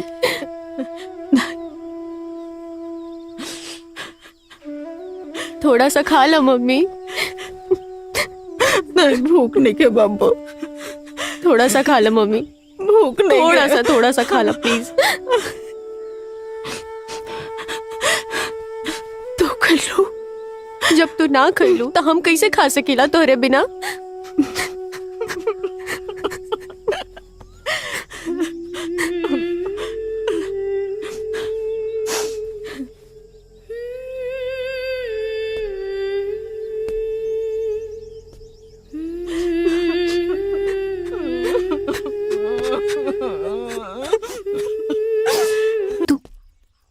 रुका जीतू, हमके पता बा तू बहुत समस्या में बाड़ा, लेकिन हम तो के ऐसे उदास और निराश नहीं देख सकत। तो हमर जान हवा, तुहार आंख में आंसू ना, होठ पे मुस्कान अच्छा लगेला। सुमन, हमार परेशानी तोरे समझ में ना आई, काहे कि हम अपने खातिर परेशान नहीं थे।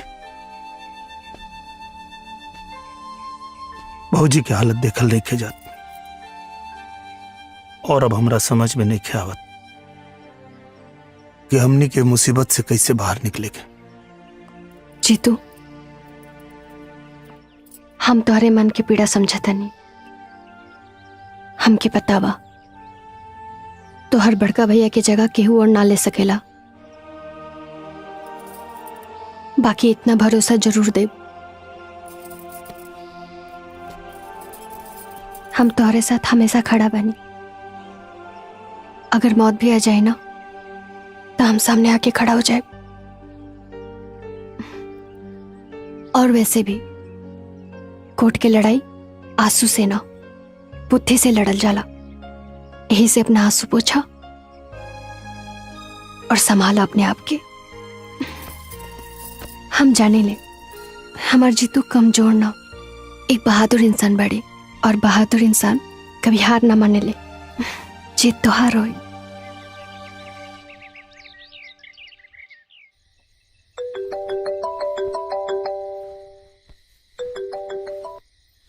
हाँ वकील साहब। जितेंद्र, कल कोर्ट की तारीख है, 11 बजे पहुंच जाना। जी ठीक है, हम 11 बजे पहुंच जाए अपने आला।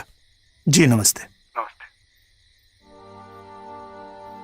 जीतू, उन लोग की जे चाहे वो देखे तू झगड़ा खत्म कर बाबू। कहे कि घर परिवार के बात ना पुलिस और कोर्ट कचहरी में गई ठीक बात ना होला। बात बहुत आगे बढ़ गई बा भौजी। ओकने के हमार भगवान समान भाई के न जियत जी मान रखला सा, न मोला के बाद। भैया और तुहार खून पसीना सींच के बनावल एक घर के इज्जत के दागदार कर देने सब। हम ओकनी के आगे हार माने वाला नहीं खे। अब जौन फैसला हुई वो न्यायालय में हुई। वो लोग अपना राह से भटक जाइए अपन धर्म भुला जाइए तई कोनो जरूरी बा कि हमहू अपन धर्म भुला जाए। कौना मिट्टी के बनल बाड़ू भौजी? जे लोग की वजह से तोहर मांग सुनी हो गई, जे लोग की वजह से आज ही घर के इज्जत नीलाम हो गई, ओ लोग के प्रति तोरा मन में कोनो गुस्सा नहीं के?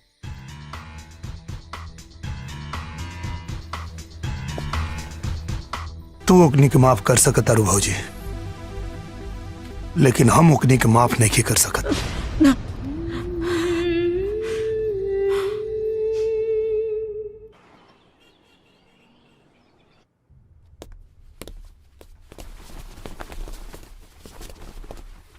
कोर्ट की कार्यवाही शुरू की जाए। योर ऑनर, बंटवारे की रेखा एकदम स्पष्ट है, इसमें थोड़ी भी उलझन नहीं है। हमारे क्लाइंट 4 भाई हैं, अब लाजमी है कि चारों का बराबर बराबर का बंटवारा होना चाहिए। लेकिन उसमें जितेंद्र जी, जो हमारे क्लाइंट के सबसे छोटे भाई हैं, इनके मन में बेईमानी घुस गई है। ये चाहते हैं कि सारा खानदानी पुश्तानी जो जमीन है, जो प्रॉपर्टी है, सारा इनके अकेले के नाम हो जाए।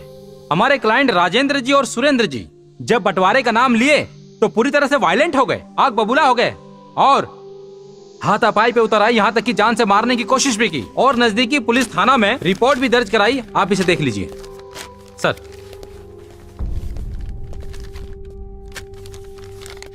योर ऑनर, आपसे मेरी यही रिक्वेस्ट है कि हमारे सुरेंद्र जी और राजेंद्र जी जो बंटवारे की प्रॉपर्टी है, जो जमीन है, उसमें बराबर बराबर का हिस्सा दिलवाया जाए। मैं बस इतना ही कहना चाहूंगा।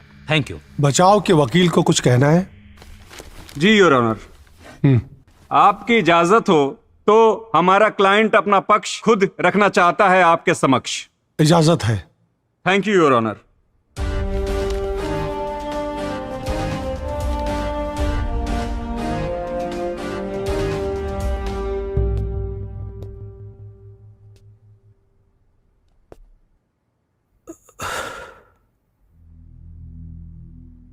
जज साहब, वकील साहब जो कोर्ट के सामने बात रख लें वो एकदम सही बा। हमने के एक माता पिता से 4 भाई बानी जा,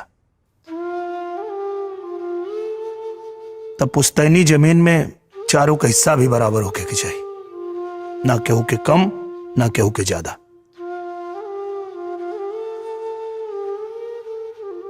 लेकिन जज साहब, वकील साहब आधा अधूरी बात बतौले हैं।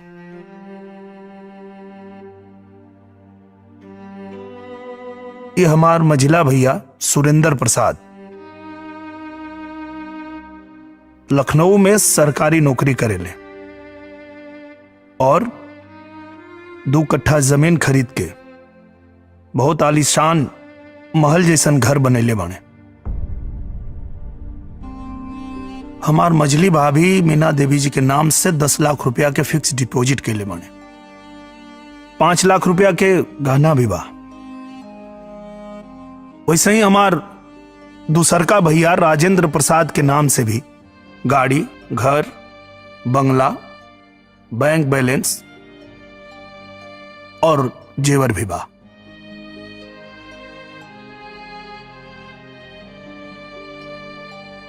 अब आप बताएं जज साहब, मात्र 15 साल में ये लोग जोन धन संपत्ति बनैले बा वो केकरे बदौलत बनैले बा? काहे कि हमार बड़का भैया जे बचपन से सिर्फ खेती कैले और वो कुछ ना कर पाइले। सोचे की बात यही बा जज साहब कि हमारे बड़के भैया के नाम से जमा पूंजी तो छोड़ दी, उनके नाम से तो बैंक में खाता भी नहीं के। हमारे बड़की भौजी के पास 2 कनबाली रहे जो उन ब्याह में उनकर माई देले रही। हमार भैया वो बेच देले ए लोग के पढ़ावे खातिर, ए लोग के नौकरी दियावे खातिर।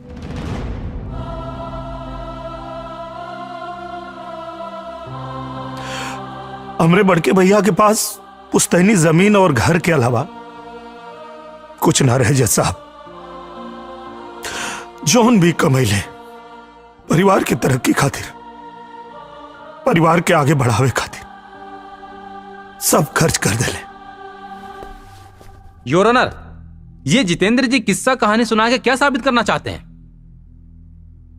बंटवारे का मामला बिल्कुल साफ और सुलझा हुआ है। ऐसी कहानियां सुना के इसका क्या मतलब योर ऑनर? एकर मतलब बा जज साहब, जौन बात हम बता रहल बानी वो किस्सा कहानी नहीं खे, एक के हमन जी रहल बानी जा। हमार बात छोड़ दी जज साहब, ये दोनों भाई लोग से पूछी कि अगर बड़का भैया ए लोग के अपने तरह खेती बाड़ी में लगा देले होते, पढ़ाई लिखाई ना होते, नौकरी ना धरीले होते, तो का आज ये लोग अपने नाम से इतना संपत्ति बना पाते?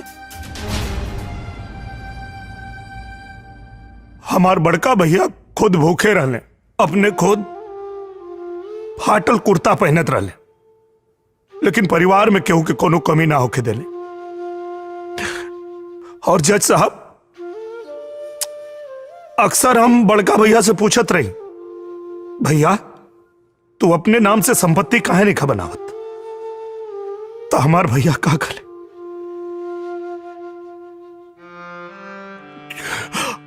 हमार भैया कहले जज साहब की जितेंद्र, हमार असली संपत्ति तो हमार भाई लोग हमें।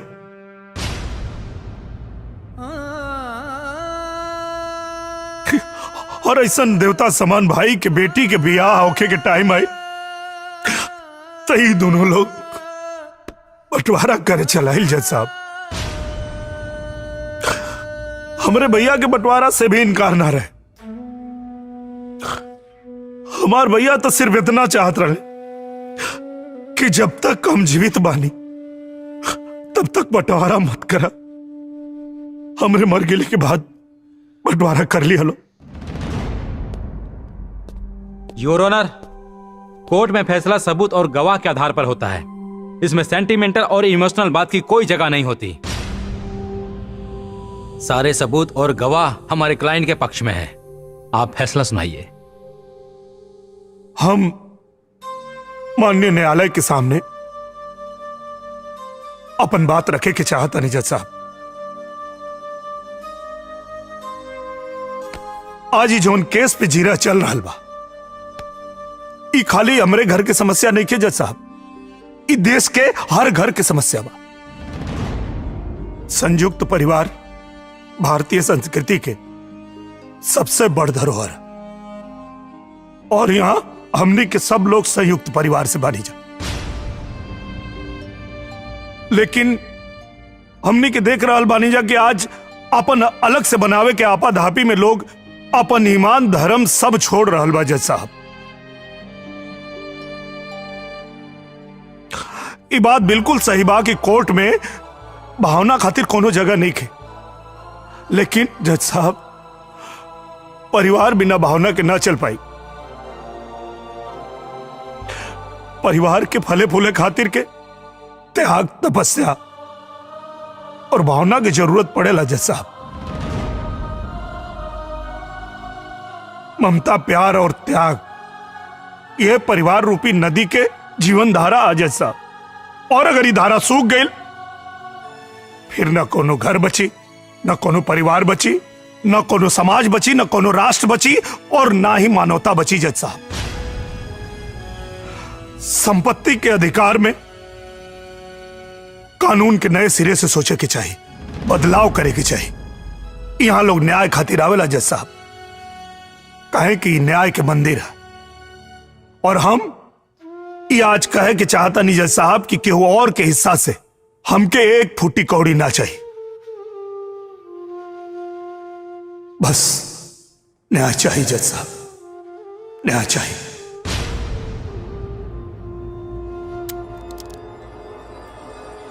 भगवान जी संभालिए अपने आप को। भैया भैया कोई भैया मत करना। ये केस तो खत्म हो गया और मेरे मुवक्किल को न्याय नहीं मिला।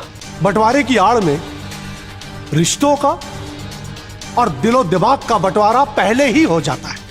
मैं अदालत से पूछना चाहता हूं कि ये बंटवारा कब तक अपनों से अपनों की जान लेता रहेगा? क्योंकि जब अदालत से न्याय होता है तो एक के घर में तो दिया जलता है, लेकिन दूसरे के घर में अंधेरा हो जाता है मिलॉर्ड।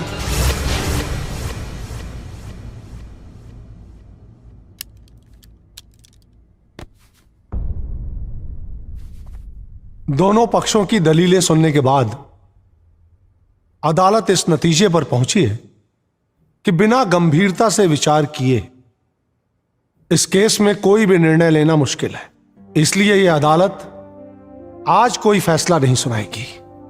एक जिम्मेदार नागरिक होने के नाते और साथ ही साथ एक जज होने के नाते मैं सुप्रीम कोर्ट में अपील करूंगा कि संयुक्त परिवार के जायदाद के मुद्दे में एक नई व्याख्या दें कि बंटवारे के समय अधिकार के साथ साथ प्रेम, त्याग और कर्तव्य पर भी विचार किया जाए। तब तक के लिए अदालत मुलतवी की जाती है। द कोर्ट इज एडजर्न्ड।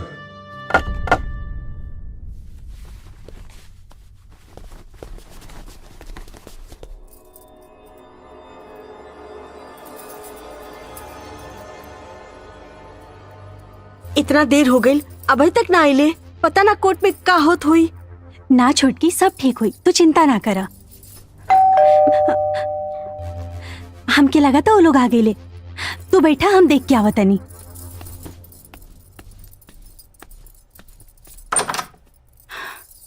रुआ? हाँ, हमरा राजेंद्र और सुरेंद्र से कुछ जरूरी बात करे के बा। आइन। हाँ।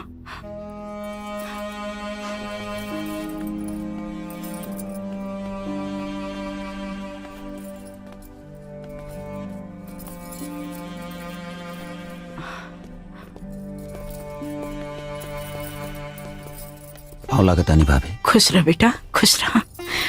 प्रणाम भाभी। खुश रह।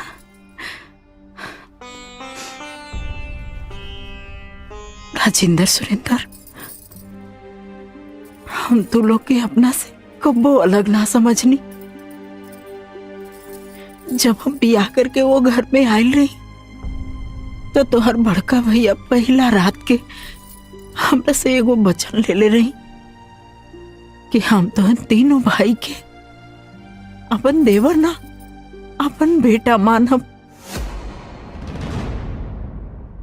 भगवान जाने कि आज भी हम उहे माने नहीं।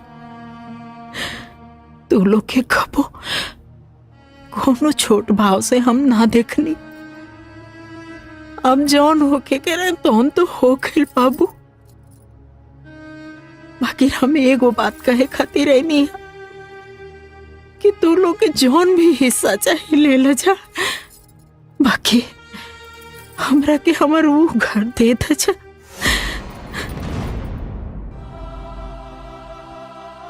काहे कि वो घर में हमने जिंदगी के सारा रिश्ता नाता, सारा दुख सुख जुड़ल बा। हम ये कहे खातिर आ गई नहीं और कोर्ट से केस वापिस लेला हमार बाबू। हमार घर हमरा के दे दा। काहे कि कोर्ट में हम अपना घर के तमाशा नहीं की बनावल चाहत।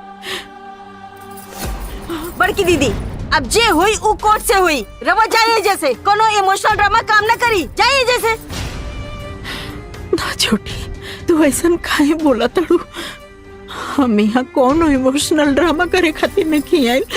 अच्छा, तो रउआ यहाँ काहे आई नहीं? हाँ हाँ, देखले रहनी ना ओ दिन कैसे जितेंद्र हमनी के ऊपर रावण जैसन गरजत रहे।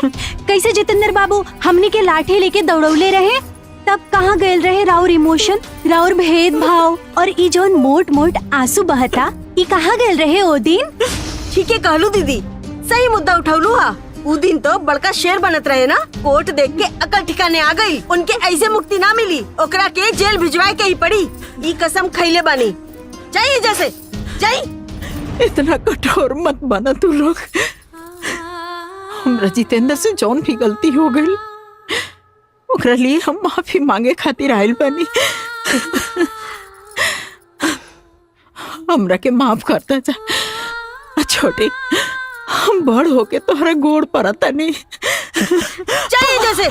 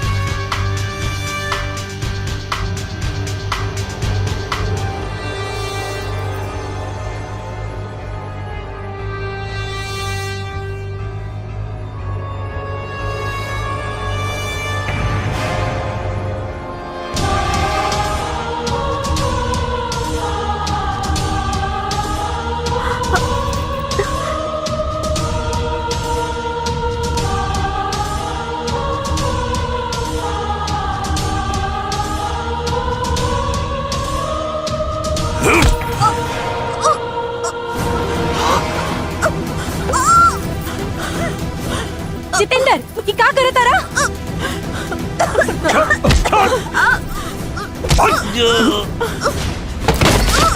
तो हिम्मत कैसे भइल रे हमरा भाभी के हाथ लगावे के? जान से मार दे तो के। जितेंद्र छोड़ उनके, छोड़ उनके भाई।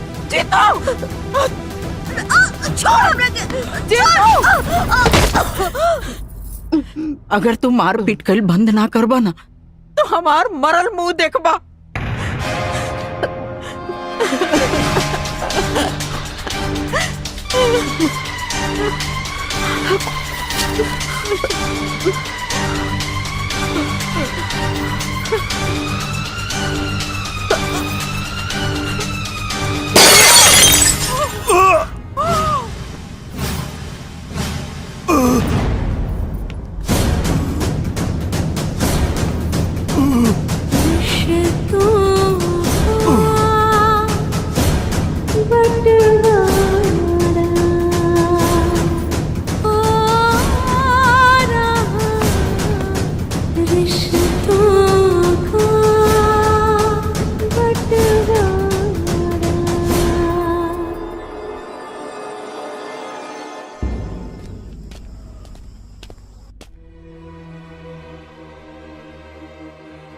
तरो नहीं पता तू कितना बड़ा पागलपन कर चुकल बड़ू। अगर जितेंद्र पुलिस के सामने हमनी के खिलाफ बयान दे दलस तो सब बंटवारा के सपना धोइला के धोइला रह जाई और हमनी पर हाफ मर्डर के केस भी हो जाई। केस का मतलब समझा तरू ना? हमनी के दोनों भाई सस्पेंड हो जात सब। राजेंद्र पुलिस। हमारे बाबू कैसन बाड़न डॉक्टर साहब? देखिए उनके सर पे गहरी चोट लगी है, अभी कुछ भी कह पाना मुश्किल है। डॉक्टर साहब हम बयान लेवल चाहता नहीं। अभी वो बेहोश हैं, होश में आने के बाद ही आप उनका बयान ले सकते हैं। Excuse me. रहुआ के बानी? हम उनकर भौजाई बानी। इनकरा के चोट कैसे लागल? इंस्पेक्टर साहब इनमें हमार गलती बा। हम अपना देवर देवरानी से बात करत रहनी और तभी जितेंद्र आके मारपीट शुरू कर देलन। हम उनकरा के बड़ी मना कईनी लेकिन वो मानते ना रहे। फिर हम अपना हाथ से उनका के धक्का दे देली और गिर गईला। फिर उनकर सिर फट गईल, बेहोश हो गईलन हमार बाबू। हमार गलती बा, हम दोषी बानी। ठीक बा, पर जब तक जितेंद्र के बयान नहीं के हो जात रुआ जे रही। हाँ, हाँ। भाभी ए जी कहाँ जाता नहीं है? नहीं आई जरा आई चली।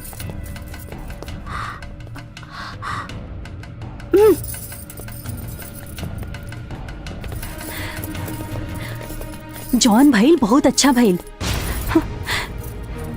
अब तक सारा टेंशन दूर हो गई। बड़की भौजी सारा दोष अपने सर पर ले लेनी। सही कहलुआ छुटकी, धर्मात्मा बने के शौक बा तो बने धर्मात्मा। अब हमनी के दुख के कांटा खुद ब खुद दूर हो गई। अच्छा तो तब हुई जब ई जितेंद्र मर जाई और ई बड़की भौजी ना जिंदगी भर के लिए जेल चल जाई है। और ऐजा जाके ना चक्की बिसिए। ए छुटकी एकदम सही कहा तारू।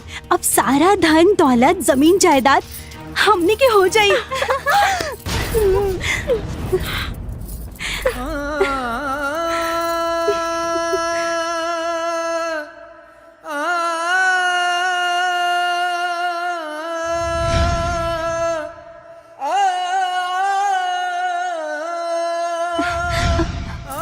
ए जी रोआ के का हो गई? कहाँ खो गई नी? कहाँ?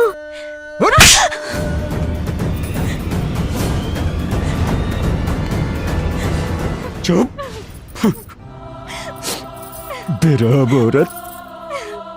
यप का करल बानी। भैया ठीक कैलहन, ई काम हमरो बहुत पहले करे के चाहत रहे। राजेंद्र सुरेंद्र ई तू लोग का करत बड़ा जा। मत रुका भौजी, ये दोनों वही के काबिल बाड़ी सन। पूरे घर के तबाह कर दलिस भाभी। चुप रहा तू।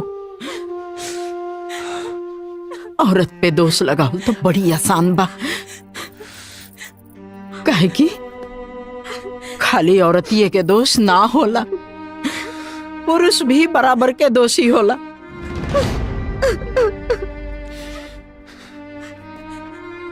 जब ये लोग अनाप शनाप बोलत रहे तो तोड़ो के दिमाग कहाँ गई रहे? घास चरे खातिर? का अच्छा बा का बुरा बा ये सब तो लोग के ना समझ में आई।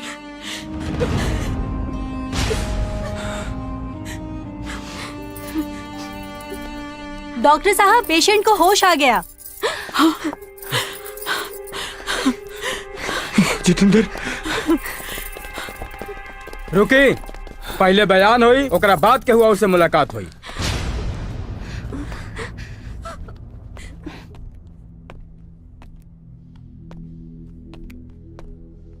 हम इलाका के थाना इंचार्ज बानी। हमरा के खबर मिलल है कि तोहरा साथे मारपीट भइल है। बिना डरे खुल के बतावा हमरा के मरलस तो है के, और ई माथा में चोट कैसे लागल?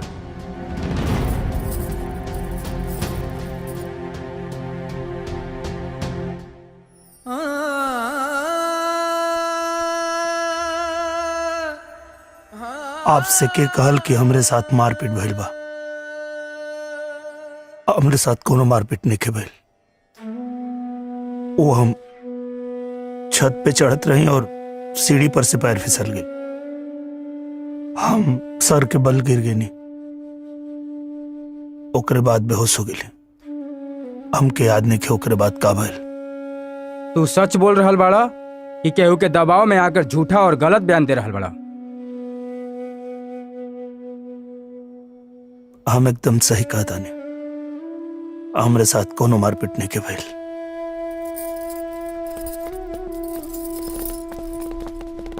ठीक बा,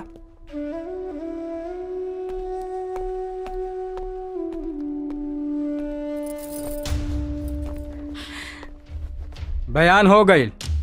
उनकर कहना बा कि उ सीढ़ी से गिर गई रहन और कोनो मारपीट ना भइल।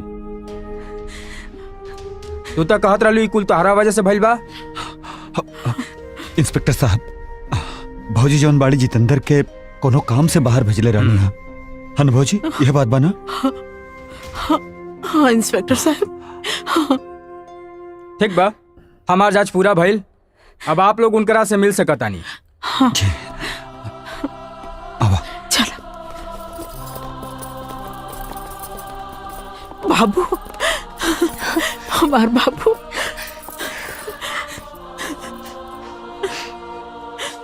जितेंद्र हमार भाई, हम भटक गेल रहनी है, लेकिन तू हमारा आँख खोल दिला भाई।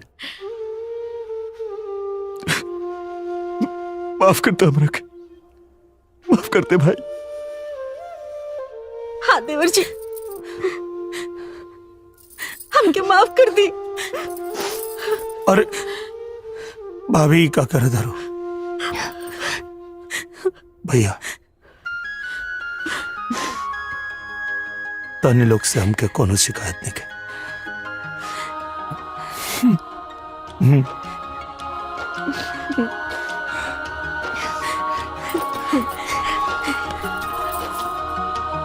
जज साहब, हमार छोट भाई जितेंद्र सही तर्क दे रहल बाड़न। जब पुश्तैनी जायदाद के बंटवारा हो सकेला तो नौकरी करके इकट्ठा कैल जायदाद में बंटवारा काहे ना हो सकेला।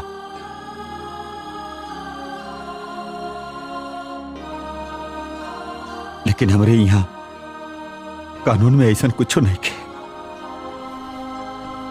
जज साहब, हम आपसे विनती कैल चाहब कि सरकार के आप आदेश दी कि ऐसा कोनो कानून बने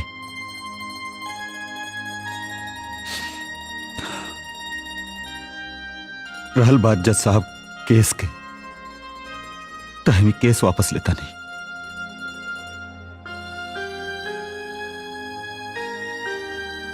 जज साहब, हमनी के घर के बंटवारा ना होई, हमनी के साथे रहल जाए, सगरो भाई मिलके जैसन बड़का भैया के सपना रहे।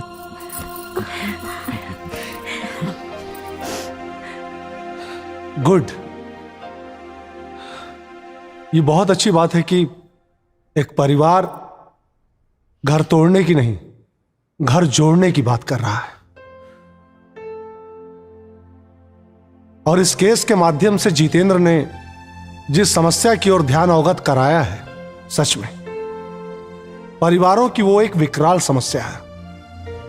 घर के बंटवारे की समस्या बहुत बड़ी समस्या है। ये सिर्फ एक परिवार की समस्या नहीं है, हर घर की समस्या है, हर गांव की समस्या है। बंटवारे के झगड़े को लेकर हर घर में झगड़ा बढ़ रहा है, परिवार टूट रहे हैं, यहां तक कि हत्याएं भी हो रही हैं। जितेंद्र ने जो बात कोर्ट के सामने रखी, अदालत उससे सहमत है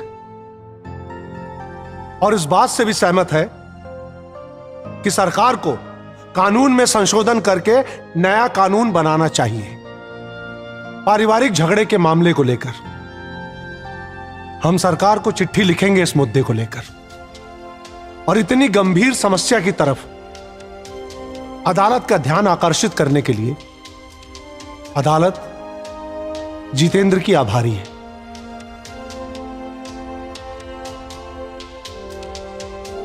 द कोर्ट इज एडजर्न्ड।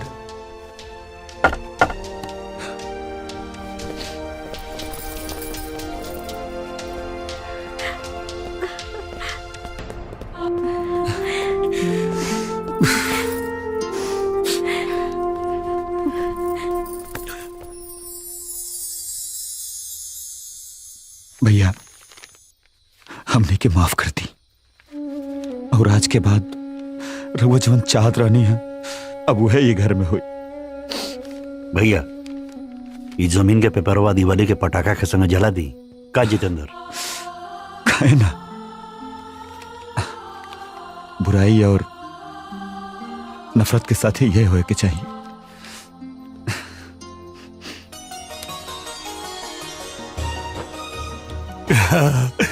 बुराई सब जल गई।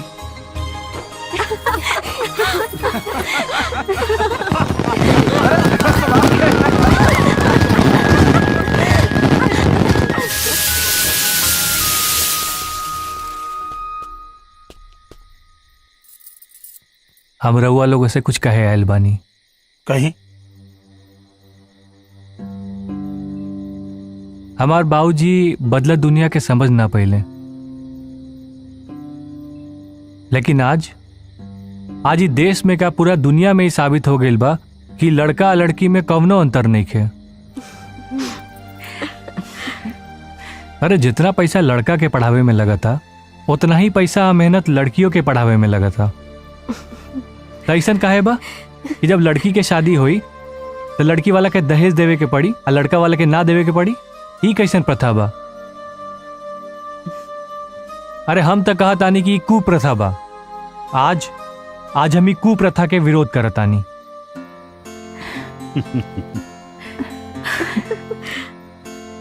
हमके माफ कर दे, ये रिश्ता मत तोड़ी। हमरा दिमाग में पुराना जमाना के रीत रिवाज के कादो कीचड़ भरल रहे, जे कि हमार बेटा हटा देलस। इस शादी के मना ना करी, होके दी।